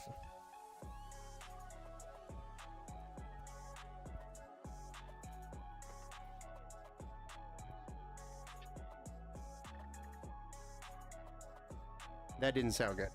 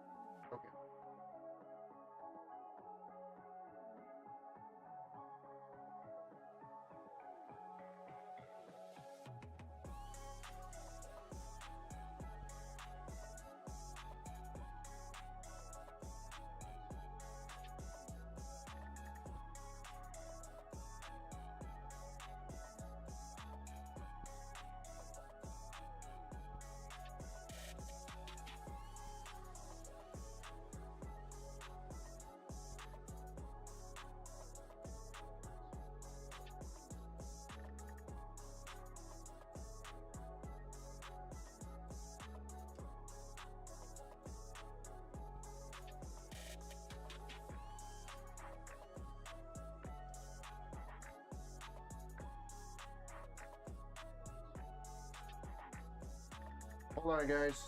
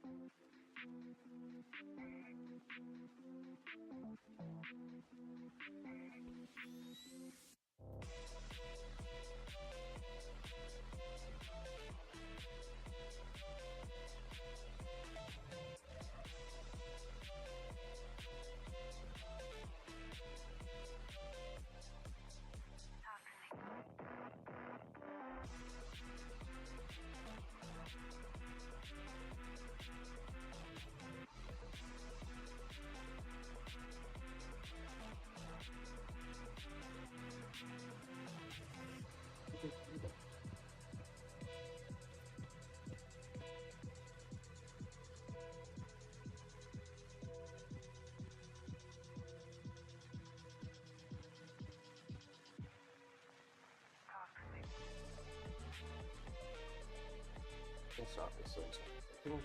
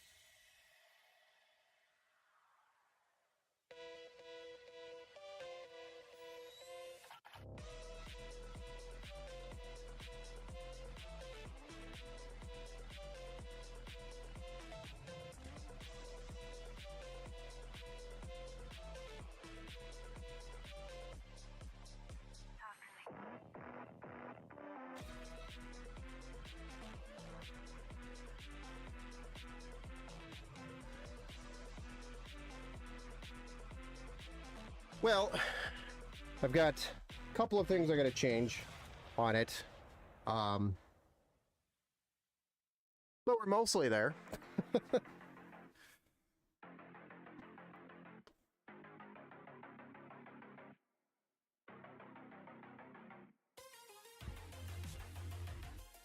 It's nice though overall. Thank you.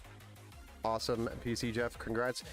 So a couple of things we got to change is the cable for the RGB on the top. It is not a deep cool cable like I thought. Close, but it's not. So I got to get in contact with the manufacturer, and yeah, we've got it up right now. So it's just I don't have all the stuff plugged in. I unplugged a bunch of stuff.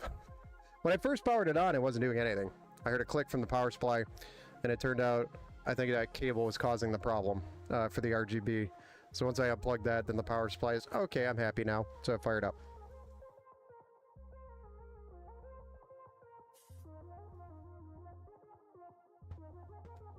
And then of course I'm sitting there trying to play around with it. But anyway, I'll just leave it on white for now to kind of give you the idea of what it's going to look like. But it's pretty clean.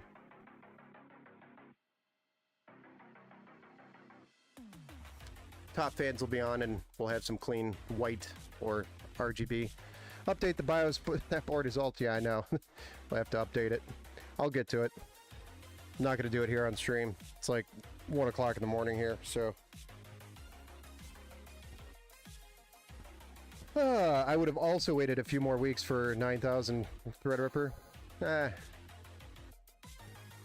You can start working now. I mean, we didn't get the best Threadripper, so it's not a total, you know, it's definitely room for improvement, but the only reason we went to Threadripper was to have not the CPU performance, but the PCIe lanes that we needed for expandability. So didn't really need to wait for the 9,000 if you see what I'm saying. But yeah, it would have been a benefit if we waited another, what, a couple, 3-4 months, which, you know, this build was a thing that started in March, I think, or towards the end of March. That's how long it took me to source all this. Especially the cooler. Cooler was a pain in the butt to source. So.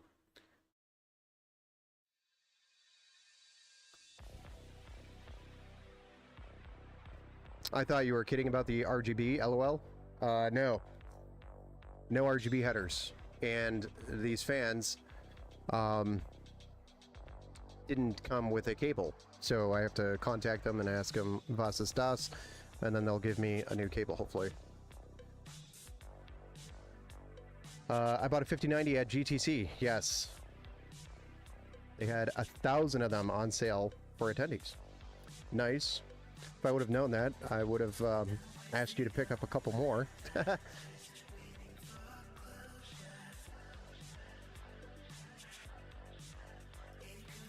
Could even consider buying an RTX 3070, unknown person 101. 3070 LHR over the RTX 4060. I mean, 3070 is actually 3070 Ti. I think slightly outperforms the 5060 Ti. So, yes. But you're really only gonna find it used. There's some places that have them new, but they're hard to find new now. So really, you're only gonna find it new, used. And sometimes buying used for some people may not be the right move, especially if you aren't as tech savvy, right? Not that you're gonna be fixing a 3070 or anything like that, but sometimes having peace of mind with a warranty. But for 350 bucks, I think it's worth it in a used area. If you can find it for around 350. Yeah, 3070 over 4060 any day, yeah. You cannot read intent. I cannot read intent.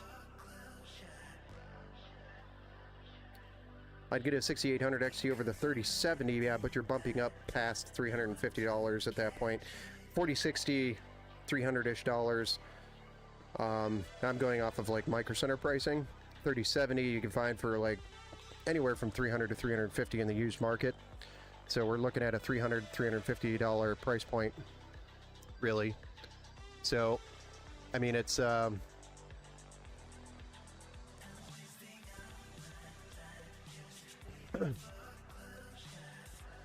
really just depends, you know, on your budget. Can you find a 6800 XT at 350 bucks? I mean, if you can, for sure, definitely jump on that.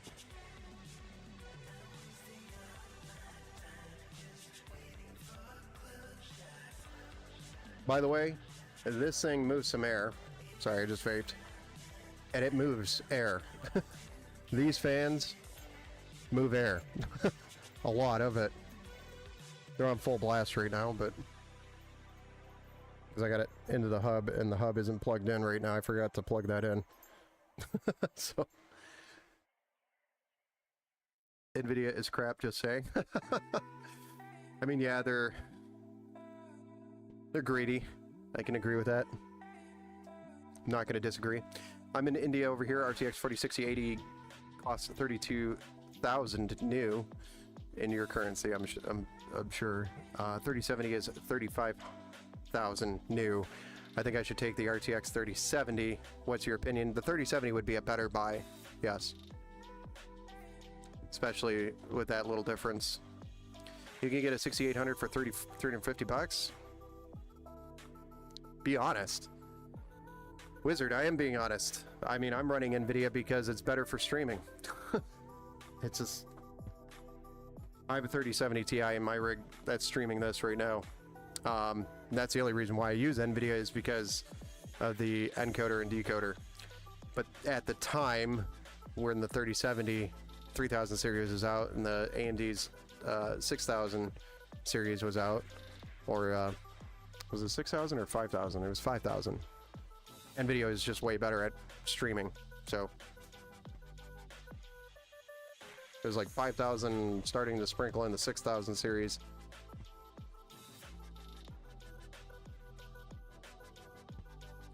I mean, it's been better than what I've tested with AMD. So I haven't tested any of the newer AMD cards. So that's me being honest. Right there.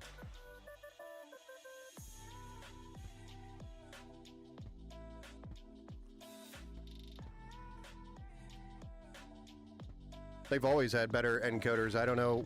I haven't, like I said, I haven't tested the 9070 XT versus, say, 5070 Ti or a 5070 and seen which is better for streaming. I haven't done that work yet. Haven't gotten to that point. Well, okay. It's just, during the time, at least, NVIDIA's encoders were better, and that's why I have a 3070 Ti. And I also have a 3070 Ti because it cost me $2,200 for a 3070 Ti back when the market was bazonga. And I bought it for a customer, and the customer backed out of the build, and I ended up stuck with this card because right after that the prices like tanked. So then I was like, well, I guess I'll own the most expensive 3070 Ti there is. It was dumb. Very dumb. Thank you for the follow, Mike211 over there on the Twitch. And Matt, thank you for the like over there on the stream. Same with you, Guy, over on Facebook. Yep, they had way better functions overall, streaming and video editing. I just don't know if it's changed since then. I haven't physically put them up against each other to test.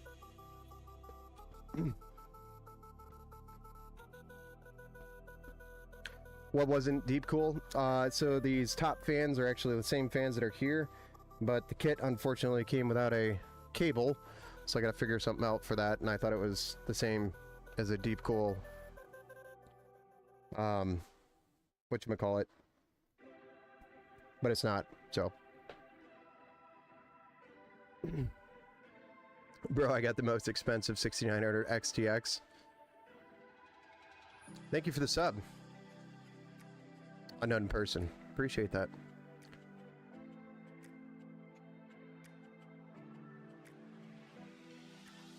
Assuming Ronin won't get a GeForce release, but the chips are insane, yeah. They are insane. 6900 XT is a great card, just runs very hot. Yeah, I mean, all of the 6000 series except for like the 67 and, well, the 6600 was one of the cooler ones, but I mean, that thing is a very, very light power usage. Thank you, Snoopy, for the follow over there on the Twitch as well. Appreciate you. Snoopy and Charlie. Jeff, our B200s are still delayed, but Jensen has to convince everyone to keep buying cards at 60,000 a pop, so he's already pitching Ronin. Oh boy. I imagine it will be fine. It's water-cooled. You see you got your 6900 XTX liquid-cooled. Was it one that came with an AIO kind of setup, or did you do an open loop on it? Yeah, my card runs almost 80 degrees in games. Bruh, don't feel bad. My GPU was 22 when it first came out. I feel bad because I should have known better. And that's actually what started the whole upfront payment versus, you know, hey, I'll do a percentage down and then do the build and then you pay the rest when it's done. I've had just way too many people back out of builds, and it's like, okay, bro. It's me, Steve Anderson. Oh, nice. Welcome to the Twitch side, Steve. Me and him both have 6900 XTs, LCs. Oh, nice. Nice. Steve Stain's behind the PC. You really can't see him right now.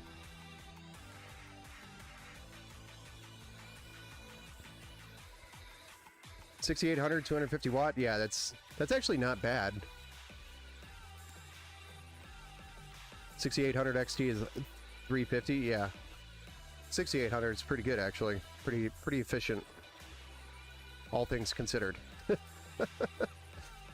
When 250 watts is efficient. But I'm saying, like, I really liked their 6600 and their 7600s. Especially for like budget builds, just because of how little power they used and how little heat they create. So it's super easy to manage those, you know, in budget builds because they're just so so decent on power.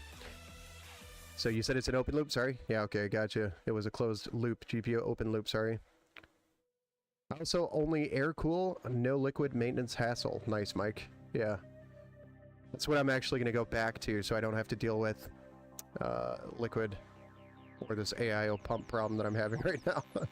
Just going to go back to the standard air cooler, I think. Hey, Tat, thanks for the gifted. You're watching me on all 3 platforms? Lol. Thank you. Support, sir. But, yeah, we just got to figure out the fan issue on the top, which is going to delay because I'm sure they'll have to send me a cable, and the cable's going to take a couple days to get here. I got a cable that I want to get to split the front panel USB 3.0 so that we can at least make it so that all the 4 connections on the front work if you plug something in. So we have that cable already on the way. I ordered that earlier in the stream. And then I've got to plug the fans in so they're managed by the motherboard. And then from there I've got to do BIOS updates, got Windows install, and a bunch of other stuff. So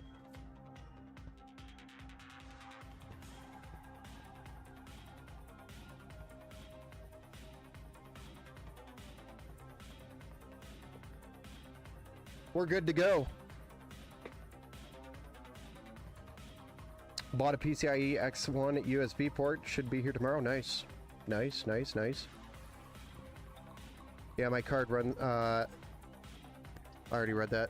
NVIDIA and Intel, their bulldozer stage. In their bulldozer stage, yeah.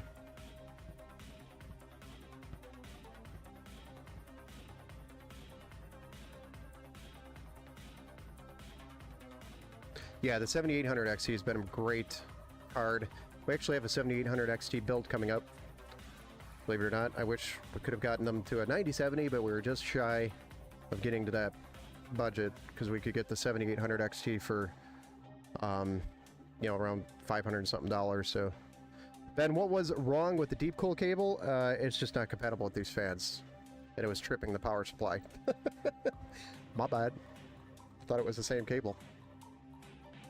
They must be flopped. I don't know. 6900 XT on pair of the 3090.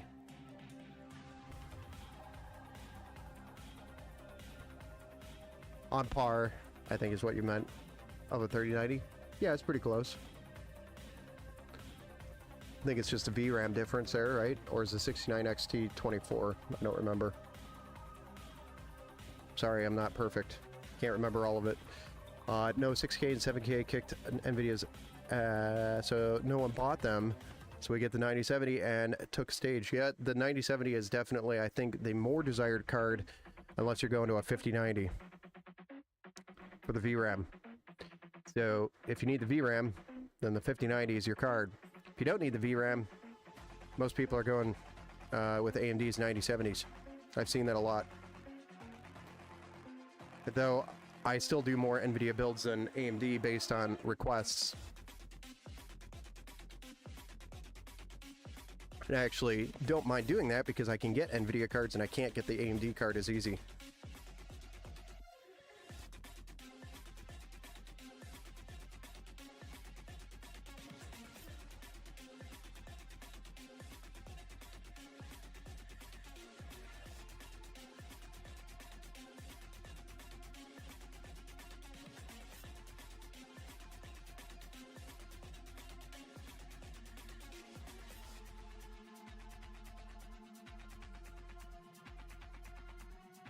$7,900 XT is the better card, 24 gig. Yeah. I think it's a good card. What needs servicing? Like liquid? What are you talking about? Whoa. Should be here tomorrow. Should solve all of my sub issues. USB.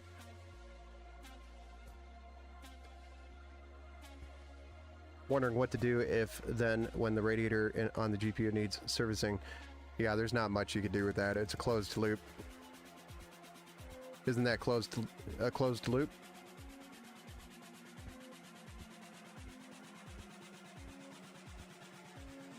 I'm pretty sure that's a closed loop card, so there's not much you can do to it.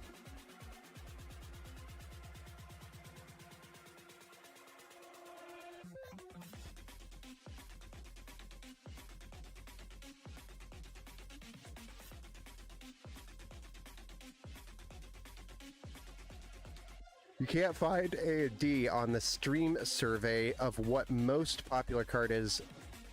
It's 4060 laptop, then RTX 3060, and then RTX 4060.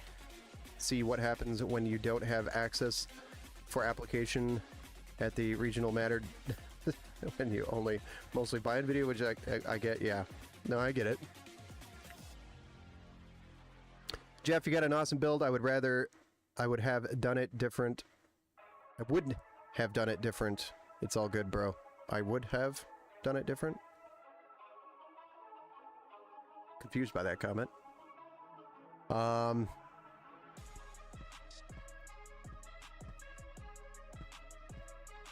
You build what they want. All good. Yeah. I can't build what I want. I gotta build what the customer wants, and I can only make recommendations. And then from there, if they're still not interested in listening to my recommendations, we build what the customer is asking me to build. So then you're forced to buy 9070 Si overage, and their premium mostly. It is not worth it. I understand. It's all I can do right now. I'm not a huge SI.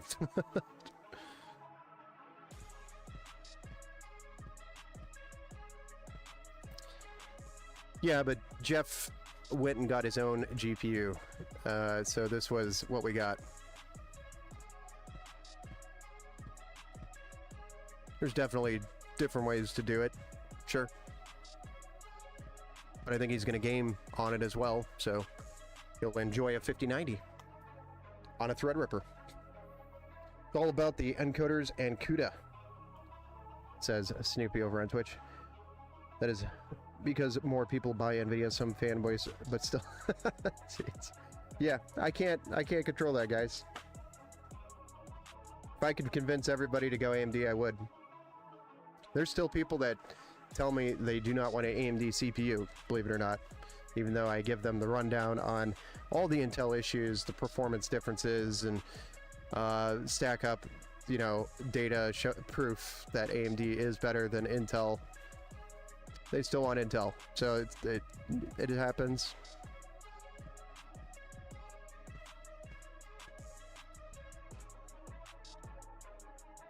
Yeah, you definitely can add an AMD GPU there.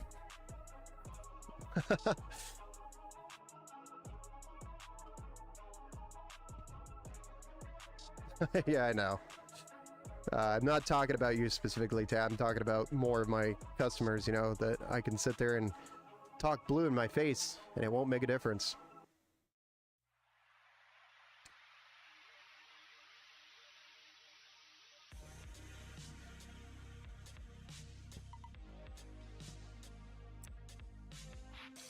Yes, Mike, I'm going to do the same here, guys. We are mostly done with the build. I still have a lot of fine finishing touches that I have to resolve. Things that I'm not going to be doing here on the stream. And then we'll look forward to getting this wrapped up, and I'm going to look forward to getting this over to Jeff.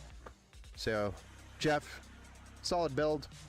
Just got a few minor things to work out, and then we'll get it delivered for you.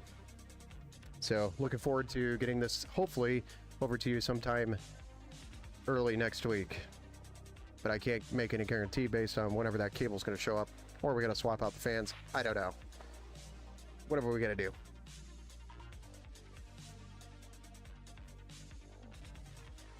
do. We got light, but no proof of BIOS. I would use my capture card, but my capture card is a piece of crap capture card. It's nothing special. Update the BIOS. I'm not going to do that on stream, dude. It's 1 o'clock in the morning for me. 1:30 in the morning, I'm going to bed.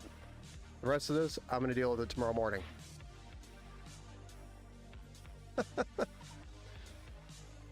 Thanks for the build. You're welcome, Mike. Like I said, I have 4 AMD cards and 1 NVIDIA RTX 4070 Ti.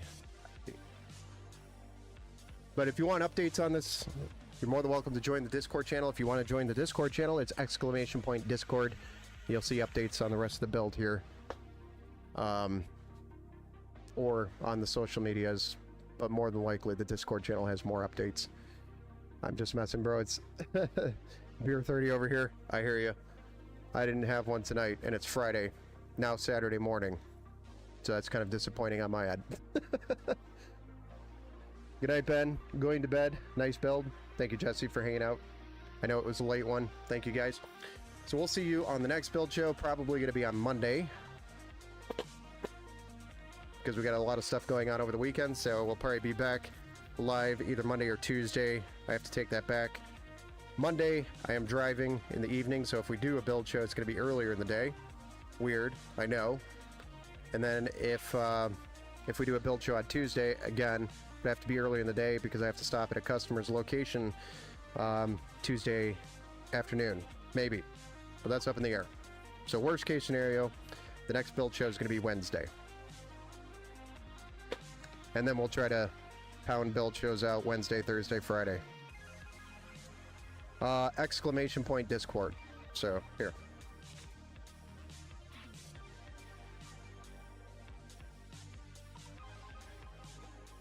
It's a command in the chat. !Discord gets you the Discord link.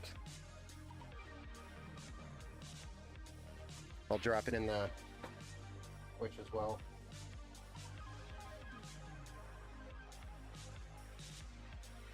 So if you guys like to join the channel, feel free to join. Lots of questions are asked there. Lots of cool members there. Hang out and answer questions. I answer questions there. I post updates there. All sorts of stuff. Games happen in there. It's kind of cool place to hang out. All right, guys. We'll see you on Wednesday. Thank you, everybody, for joining. We'll see you on the next one. Have a good night. Have a good Friday night.